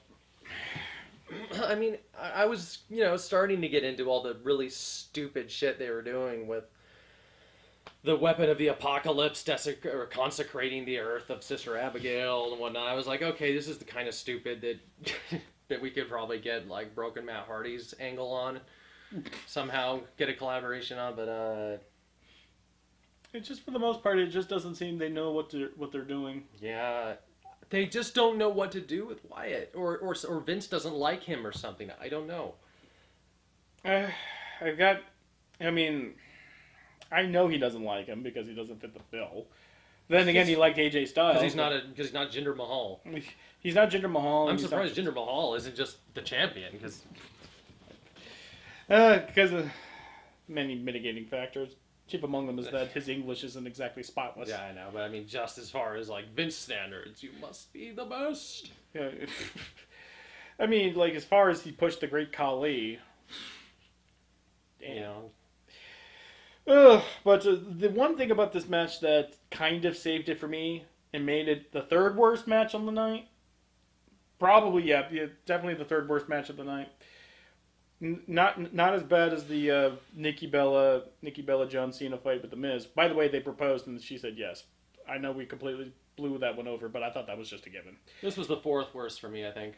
This is the third worst for me. Just in terms of how much nobody looked good in this match. Nobody. I mean, outside of, like, the fun little gimmick stuff of seeing, like, maggots and worms and roaches and the mat. It looked like they had discovered the fucking projection machine for the first time, apparently, because they went crazy with it. Like, look what we could do with this. We could have a snake following Randy Orton down the ramp to the ring,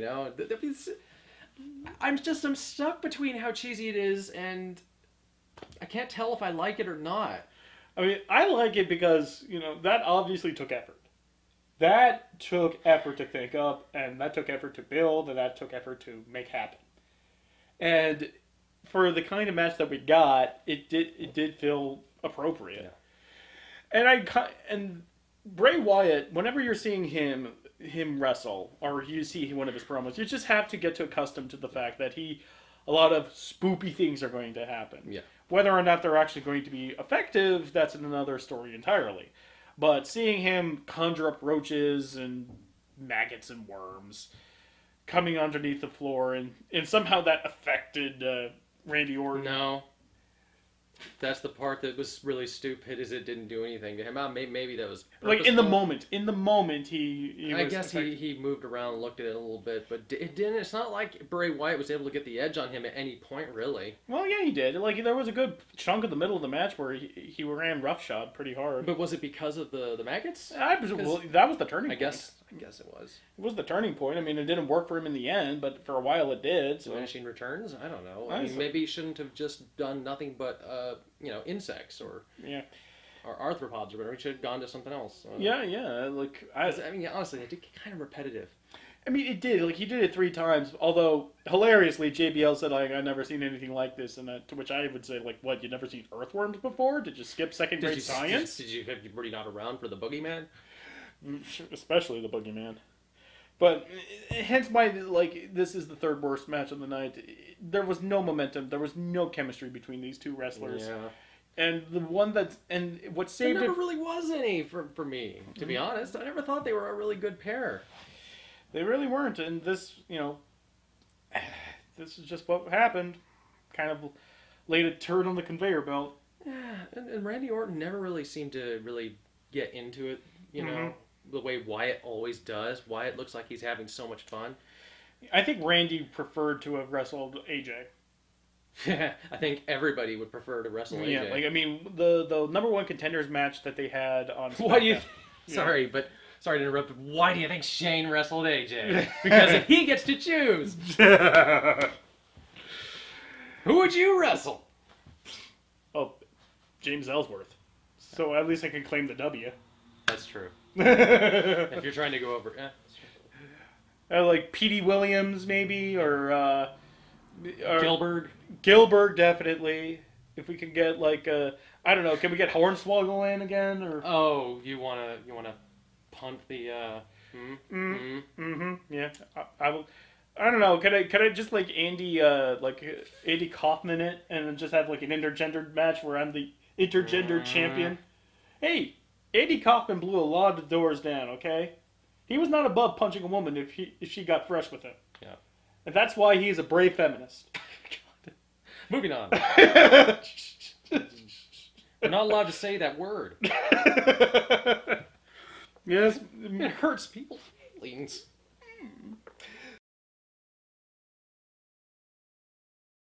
Before we move on to the next match, they introduced the pilots. They introduced the pilots that did the flyover. And apparently one of them was nicknamed Special Edwards. Special Edwards. I gotta imagine like what he did to earn that nickname. Oh, that kid is something special, or maybe it's the other version of special. Well, they all had ridiculous nicknames. I mean, they all have they all have like the fighter helmets on, but his helmet has a little helmet on top of that. My name is Special Edwards. I fly planes. We're just hitting all the stops today. Yes, we are. I guess it's all right if you hit all of them. Leave no offense unruffled. Yeah. Leave no Jimmy unruffled, rather. And here we have probably the second most surprising match of the night: Goldberg versus Brock Lesnar for the Universal Championship. An actual match happened. Granted, it was a match between two kids who only know two moves, so they all just mashed the hell out of it. But it was a match, and it was a short and sweet, mean, no-fat, 8-minute match. Couldn't ask for anything more. Nor should you, especially between these two. But seeing Goldberg just spear him through the barricade and seeing Brock Lesnar clear like an 8-foot hurdle to just jump over. That was really good, and it was close too. Oh yeah, like goddamn, that was great. And yeah, him giving him like 10 different suplexes and an F5 and claiming it. I know what it is about that jump that I really liked. Now it's that it didn't look planned. No, it was like all the time. Every time that you see wrestlers do that in the ring, it's like obviously planned. You know, whip against the ropes, jump in time. You know, go under. It's all prepped. When Brock Lesnar did that jump to avoid him, it looked like he just was doing it out of nowhere. Like an RKO? There are other things that come out of nowhere. But not quite like an RKO. So, it was... Yes, thank you. Yes, reminding me. It's a good boy. It's a good boy. No, seriously, it looked like it could have just been improv. Like, I'm just going to jump over him. Did he even, like, duck his head, really? I mean, he just kind of... No, it was incredible. I've never seen it done that way. Just, like, realistically just jumped over the guy. Yeah, Goldberg might have had his head lowered just a little because he was going for a spear, but... Holy crap, that was still some amazing bit of finesse from Brock. And, you know, it kind of reminded me back in his early days when he was the next big thing. And I showed you some of his... I was not aware of just how good he actually was in the ring. I know how good he was in UFC. Well, he just lays on top of you and elbows you till you die. But, well, when you can do that, why wouldn't you? Yeah, it's not very entertaining. But it's not very well, you're not aiming to be entertaining. You're not aiming to. No, certainly you're not. aiming to win. So. Yeah. So I've seen some of his old stuff. It's really enlightening. The guy could sell and dish it out. Exactly. And tonight is a little glimpse of. I guess that this feud maybe put a little fire under him. That's nice. Yeah. And I mean, like, Brock can care. Brock can, like, pull out a good match when, he feels like it. And actually, I heard something very interesting, and this is actually very kind of indicative of how complex he is as a person. Like, during his match with the Undertaker back at WrestleMania 30, apparently Undertaker got concussed, and he had to be carried through the match. Brock carried him through the match. So that's what we saw. Yeah, so like Brock carried the Undertaker through that match. He had to call the spots. He had to take care of him. Man. Yeah, exactly. So Brock can do it. Brock knows. Jeez, he can even orchestrate. He could be a ring general. He can do it. Bret Hart stuff in there. That's cool. Yeah, like Brock. Apparently, Brock has definitely, like, if you didn't know better, you wouldn't have known that one, that he got concussed and he didn't exactly know where he was and he couldn't remember how the ending of the match went. But Brock, was able to guide him through the match and keep him going. At least Mark had the good sense to know that by the third F5 he should probably lay down. But then like they both have a lot of respect for each other, or at least I know that Brock has respect for Taker. I'm pretty sure for Mark Holland.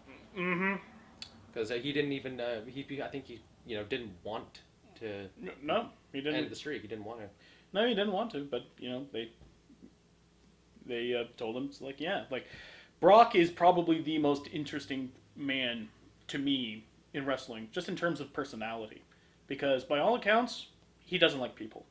Doesn't like people. He's just not a people person. Just not a people person, and just wants to be paid and be left alone, and where he just kind of works on the farm and just does his thing. And if you sandbag him in the ring, he'll break your neck. I mean, like I've heard conflicting reports about that, whether or not Crash Holly basically Hardcore Holly, where Hardcore Holly just sandbagged him in response. Fucking Brock powerbombed him right on his fucking head and broke his neck. I don't think he like Holly will be the first one to tell you, why would the fuck would I do that? Why the fuck would I sandbag him during a dangerous move that would get me injured and not him? Yeah. So I think like there's some that story I think is very shaky. Okay. But nudging. Yeah, a little nudging, but trying to reel it back in, I guess. Reeling it back into the match at hand. I thought it was a fine match for what it was. 10 solid minutes of two large dudes doing the two moves that they know how to do or are willing to do very, very well. Wrapped up in a neat little bow, and we move on with our lives. Yeah. Short and sweet, to the point. And thank God it wasn't another, spear jackhammer and... Yeah. And there was some actual real spots, and it was entertaining for what it was. So. I was really worried that this was because Goldberg only could do those two moves at this point and could not take bumps, except for that F5 previously. But I was afraid that maybe they were doing this because they were like, how can we get you back in the ring for a little while and have fun with it, and you can. I was like, okay, it's like I can't take bumps anymore, man. I can do two moves, so we'll just have this, thing where I win every time after two moves, and that'll be a thing. I'm glad to see that didn't happen, because I mean, if it did happen, who would ever take the belt off him? Other than him just retiring, vacating, yeah, exactly. So I'm glad they didn't do that, and let's see, I think that's about it. Yeah, pretty much it. Oh, except that the whole match was just spamming finishers. Oh yeah, like I said, it was that match was like it was helmed by two kids who only knew two moves and just spammed the hell out of it. It'll be like the equivalent of seeing a kid playing Ryu and another kid playing Ken, and all they're doing is just throwing shoryukens at each other and hadokens. Very much like the final match as well tonight. Yeah, I want to say like that final match. Well, towards the end. Towards the end, yes. Towards the end, it was pretty. Yeah, towards the end, it was close. The penultimate match was a match that we thought, or at least I thought, they just plumb forgot about. But apparently they. I'm sure as hell glad they didn't forget about it. Yeah, but it was the last match before the main event, the actual true main event, and it was Alexa Bliss, Becky Lynch, Mickie James, Carmella, Natalya, Naomi in a 6-pack challenge for the women's championship. So basically, whoever pins whoever wins. There's no elimination rules. It's basically quick. It's a quick 6-pack challenge, and because there were 6 different women in that ring, you couldn't tell who was fighting who half the time.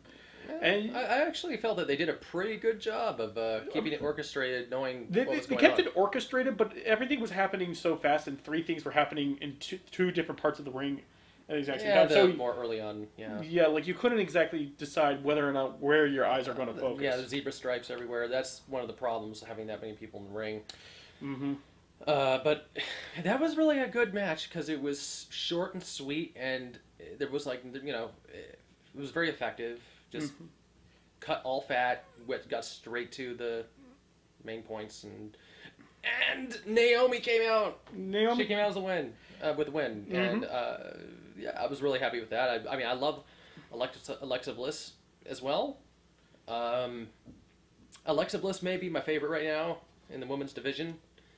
But Naomi really deserved that win. I think they, unfortunately, because of the injury that she suffered, like pretty much like the day after she won that title, that she had to abdicate it rather, or vacate it.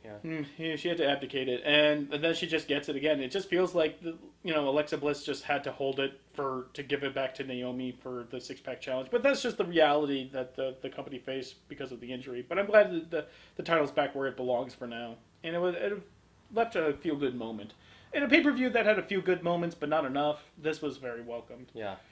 So, the only real spot that I remembered is Natalya putting on the double sharpshooter. Oh yeah, I'm glad you remember that. Wrote it down. But yeah, that was. Oh man, I mean that's what it was. That I don't even know what to say. That was some ridiculous shit.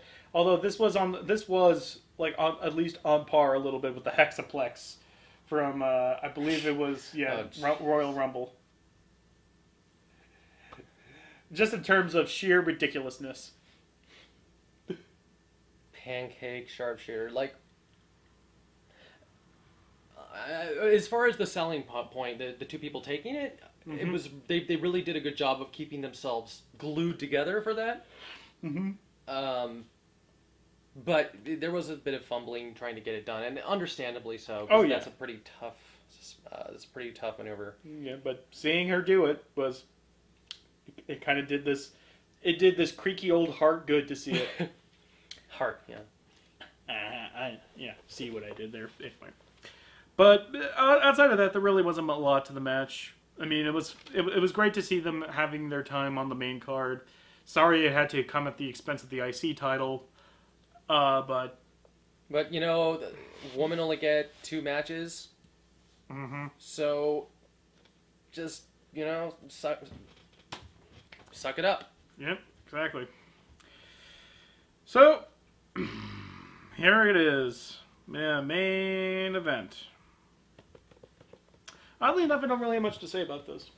I really don't, because the whole thing was very much like the main event of WrestleMania 32. The whole thing was a joyless march to the inevitable, because there's no way that the Undertaker wins. There just isn't. There's no forwarding of the story of the Undertaker. This is the ultimate shit show. I wouldn't call that the ultimate shit show. I mean, like, wrestling by its definition is predicated upon people going over and people laying down. And old school wrestling logic states that when you're going out, you go out on your back. You put the new generation over. You put the new generation over. And unfortunately... Well, I know that Undertaker has to, turn in, pass the torch or whatever, and I know Mark Holloway is a great guy about that, obviously, but not the way they did it. And there's a point I'll get to. But go ahead. But the match itself was not... It's like he can go... It's like Mark can go for about another 15, 20 minutes. But once you get past that 20-minute mark, he really looks like he's laboring to get things done. Yeah. And towards the end, when it really was, like, from a dramatic standpoint, I get it. From a dramatics... That's where this match kind of saved it from being like the 4th worst for me, because there was actual tension and dramatics for it. There was storytelling, the way that he, Old Yeller will not go down, and Roman Reigns is just like, oh, God damn it, I gotta put him down. I mean, it's not exactly Shawn Michaels telling Ric Flair, I'm sorry, I love you, right before he hits Sweet Chin Music and gets the 1, 2, 3. You bet it's not that moment. God. It's not that moment, nor would that be in his character, whatever character he has. But at least there was a point, there was a moment where Roman Reigns had emotions. Actual, real emotion, not just I'm too cool for wherever I am. Yeah. Like, he had a moment where actual, real, like, confusion and wondering, like, where in the hell, what do I gotta do? Mm-hmm. And that was the first time we actually saw him, be human. The Undertaker managed to coax a glimpse of emotion out of him, huh? The fucking Phenom. I mean, if that's what it took, that's what it took, but at least it was there. I'm not being in the presence of the Undertaker with his entrance, with his entire, legacy. If that can't coax something out of you, you have no business being there. Yeah, I mean, granted, but they did coax something out, and understandably, like, Roman's caught between two places. He's caught between trying to be this dominant force to be the face of the company while everyone treats him like a heel. I mean, he doesn't have the charisma of John Cena. He doesn't have the ring presence of an Undertaker or any of the classics. He's just a guy. He's a handsome guy who can't really talk. So, but for some reason or another, front office is just enamored with him, and he's good with women and kids. Kids think he's cool. Women thinks he's handsome, and that's enough for them to weather through the storm of everyone else just booing the fuck out of him. And they'll keep weathering that storm because any attention to Roman is good attention. His merch is still selling, so apparently his merch still. Shit, I did buy you 2 Roman though. You got me a zombie Roman Reigns action figure and got me a Roman Reigns shirt. So you're part of the problem, dude. Even ironically, I mean, there is no such thing as ironic dollars. Dollars are dollars, man. I'm responsible. In a little bit, you are. Yeah. But the point being is that WWE has no reason to turn him actually heel because people will just cheer him. Because now all of a sudden you're allowed to boo him, and we should be right to boo him. But if they actually want him to be face, which it seems they do, then they should turn him heel so that he's face. Yeah, if they understand their reverse psychology. Yeah, but they're ass backwards so much. Like I'll level with you guys, and I'll level with you. Roman Reigns is not a bad wrestler. Well, yeah, I know that. He's not a bad wrestler. Except tonight, he sure had a big fuck up. I don't know whose fault it was, but just biting to get to that. But we'll talk about that. Oh, damn right we will. But go ahead. But Roman Reigns isn't a bad wrestler. He's a good wrestler, bordering on great if he could just find a way to, bring the whole package together. Maybe take the vest off, If he takes the vest off or something like that. Find out he has 3 nipples or something. God. Like, I've seen him without his shirt on. I mean, like, he doesn't look as big as he looks with it on, but like if the suspension of disbelief goes out the fucking window whenever he takes like a body check. Yeah. But I mean, like, he has the tools to be a main face. Possibly. I mean, like, he has the ability to hold a main event together. Excuse me. He has that ability, but he just doesn't. Either the booking, it's like the booking is making it very transparent that he's the golden child. Yeah. And nobody likes seeing the strings. Yeah. I mean, the fact that he was buried underneath Finn Balor on their first match, like, he lost clean as a whistle to Finn Balor. So, the fact that happened gives me hope that there is more room for Roman to do something with. I really tried to get, I tried to root for him when he back when he violated the wellness policy, however that went. When they put him back down to the U.S. title. Mm-hmm. And when he was, I was like, okay, we're taking him down a peg or two. Maybe there will be a heel turn in the future, which I'm kind of hoping. And I was like, okay, I'm gonna try to get on board with this. Mm-hmm. And then this shit happens. So. They truly believe that there's money to be made by putting him in the main event, and to their credit, they're right. I don't know how much money they would be making if he wasn't in the main event, or how much money they wouldn't have made. You know, I can't tell. I can't split the difference between him in the main event versus him not in the main event. But as far as they're concerned, they don't see any reason why not to put him in the main event. You know, people don't like him. I mean, I guess kids and women like him. Kids and women like him, and the kids and women are the ones that are buying his merch. So, like I like with John Cena, I like John Cena. Yeah. I like the guy. You know, I like his mic skills. I like his in-ring skills. I like just about everything about him. Mm-hmm. I mean, the only thing that I wasn't too fond of was him winning every single match. But luckily, I wasn't around for that much of that era. Mm-hmm. It was attitude, then like stop, and then ruthless aggression, going into the growing pain. And then I stopped there, and then kind of picked up and closer to a couple into years the ago. PG era, and then But with John Cena, it's like okay, I don't know why everybody hates him. I mean, I know why, but I don't buy everybody hating him. I don't think it's. I think at this point appropriate. I think at that point it's just sort of like tradition. It's tradition. It's sort of like how like everyone. Kurt Angle. Yeah, like when Kurt Angle, when his music hits, you go, you suck. Even John like Cena even during his Hall of Fame induction, like even though we're honoring the man, we're all screaming, "You suck!" That was funny. And that was because his best years were as a heel. So you just do it. Yeah. It's tradition. He doesn't mind it, nor John Cena doesn't mind it. And I don't think even Roman Reigns really minds it that he's booed as much. He's booed louder than he is cheered for. Certainly. I mean, I still, I'll still see people say, sheeple in regards to John Cena fans and stuff, and they'll be like, "Come on, are you watching lately? Have you seen Roman Reigns? Have you seen what's going on?" The way I figure it, the way I always figure it, is that nothing lasts forever.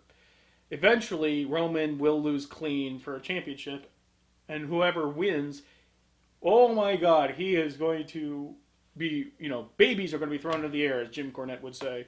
Second coming of Christ, it might as well be, towards our fandom. It seemed like it was going to be Strowman for a while the way it was going. No, it's not going to be. No, Strowman's not. No, it's probably going to be Finn Balor again. They're going to give his. That would be cool. They're going to give him another meteoric. They're going to give him another meteoric push as soon as he comes back from come back in full. But the match itself was fairly I liked it for the first half, and then the second half kind of became yep, he's going to lose. Can you just get it over with? We just don't want this anymore. And the worst botch of the night belongs This is what I wanted to talk about. Yeah, the worst botch of the entire night. One of the worst botches I've seen in a long time, and especially with the significance of the move at hand. The Tombstone pile driver was botched. The reversal of it. Setting this up, the Undertaker goes for a tombstone. And Roman Reigns reverses it. Or at least he's supposed to. Into, how it goes over the shoulder, you pick the guy up and turn. And you set him up for the pile driver. Except it didn't go that way. And what transpired... Mm-hmm. Go ahead, take it from me. Yeah, it was that Undertaker tried to kicking his legs up, trying to get for Roman to hold him, but Roman was busy doing something else. Yeah. I couldn't tell from the bad angle. And so, Undertaker just kind of gave it up, and then he had to rest free, and then to cover his tracks, Roman just Superman punched him. So it looks like that was Roman Reigns' fault. If the Undertaker was trying to get his legs up there, and he just wasn't going for it right, or something, I don't know. Yeah. I know the Undertaker looked like he was pretty worn out at the time, when they got to that spot. But, holy shit, dude. Roman Reigns is going for the tombstone. That alone is... I don't even want to, touch that with a 10-foot pole. Mm-hmm.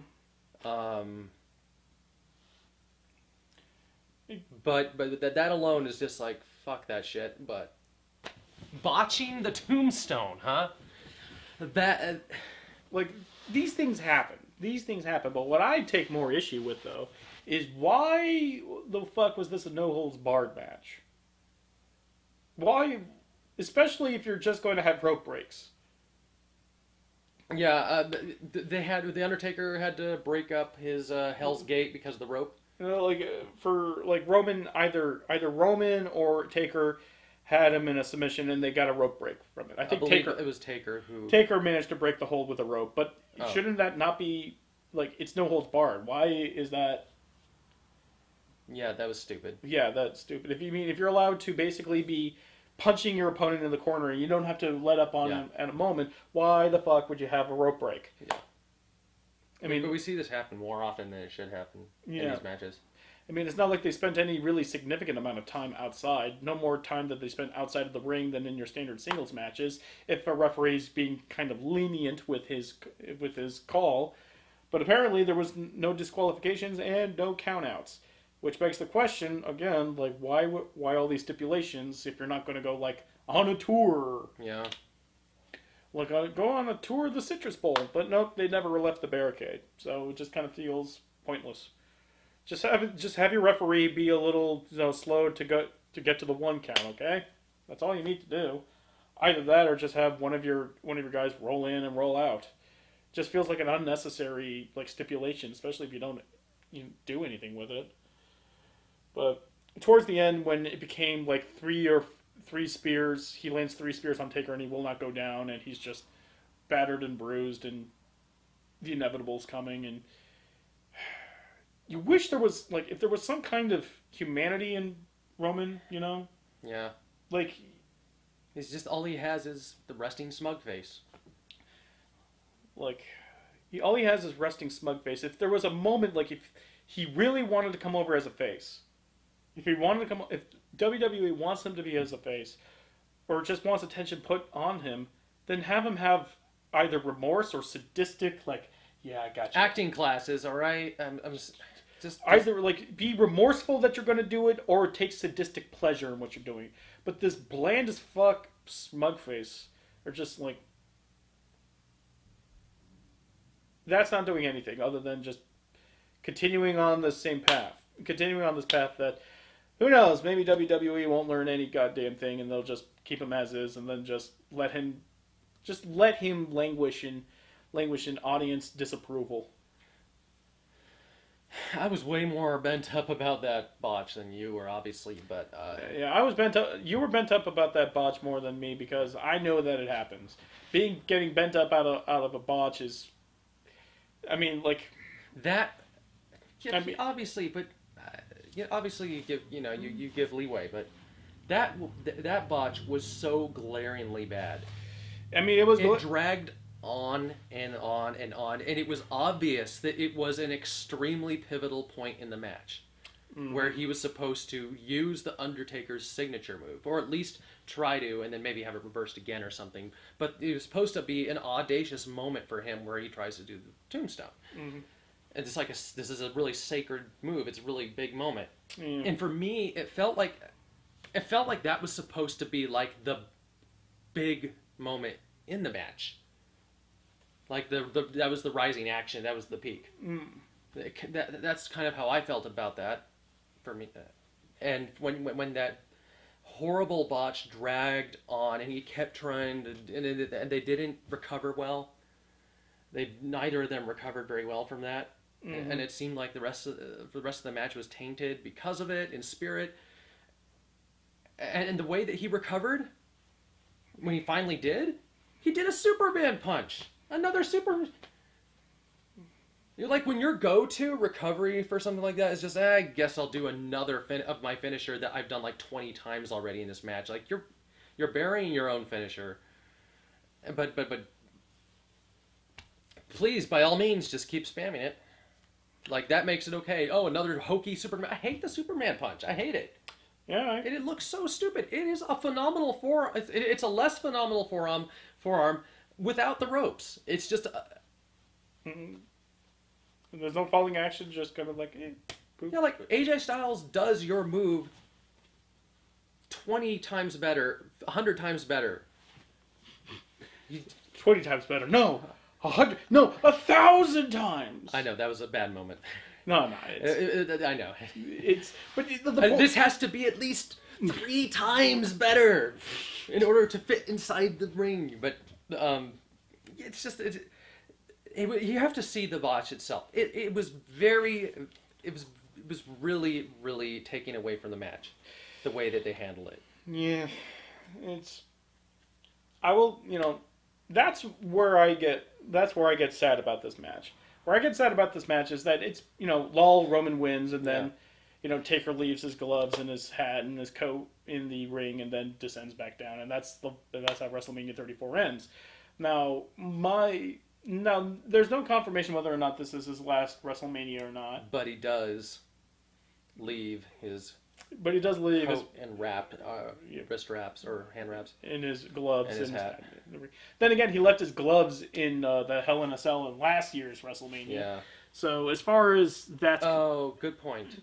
So, I mean, and John Cena left his armband inside the ring during SummerSlam. He left his wrist wrap. He left his wraps, and this time he left his coat, wraps, and hat. The next time, if he leaves his pants, his trousers, and his shirt, his shoes, and then if he leaves his underwear, that's it. That's it, exactly.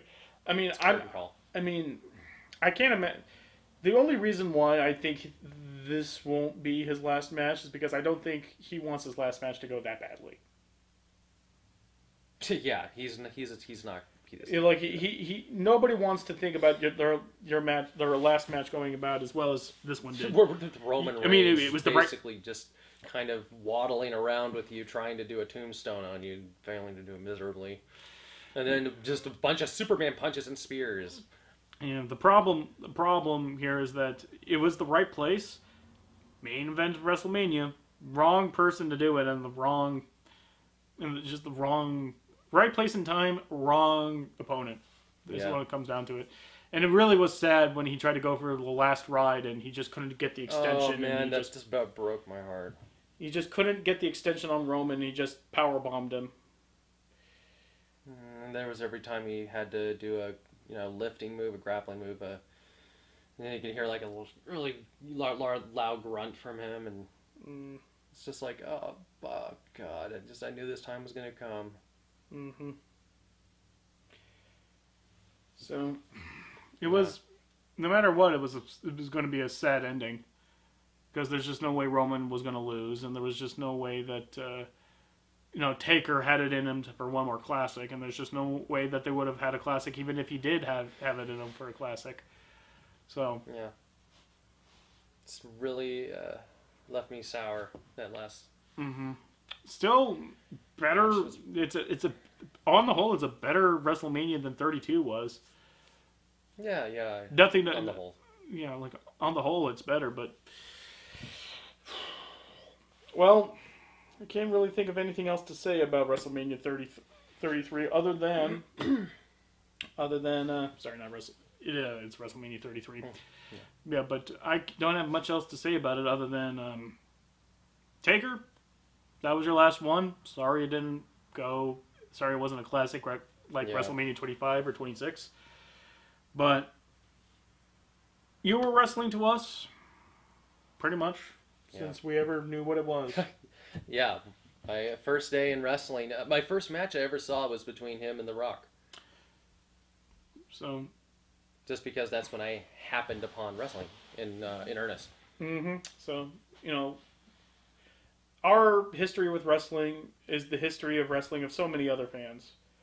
We're not unique in that, but you are. Yeah.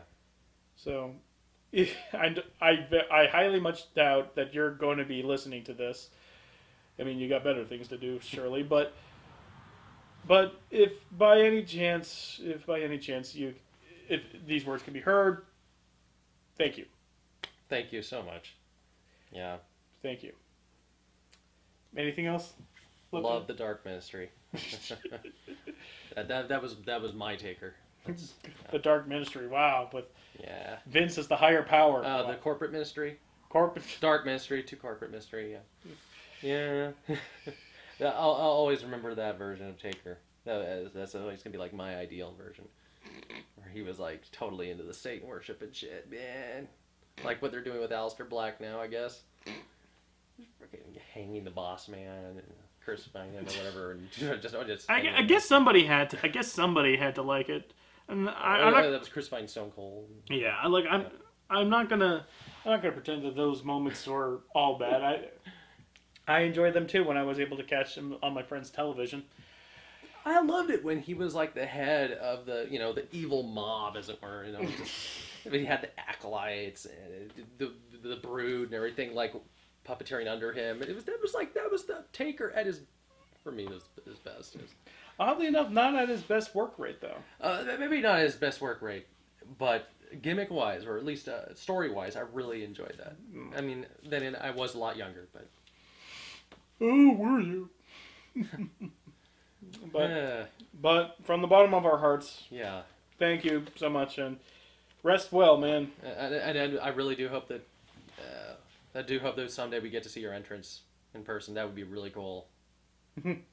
That's like one of my things that I have on my bucket list before I die, is to see your entrance. So I mean, if it's not possible, I might have to like somehow get it by Like maybe you'll see it like at a Hall of Fame induction or something. Yeah. Oh. Save up enough money to ask him to just walk down a hallway for me. It's okay. It's okay. I set up the smoke machines. I set them all up. It's all good. You don't have to do much. Excuse me. Well, anything last words before we close the chapter on close the book on WrestleMania 33? Yeah, thanks for watching. It's always fun doing this. Yep, 1 year of tagging in. Yeah. See you this time for payback. Till next time.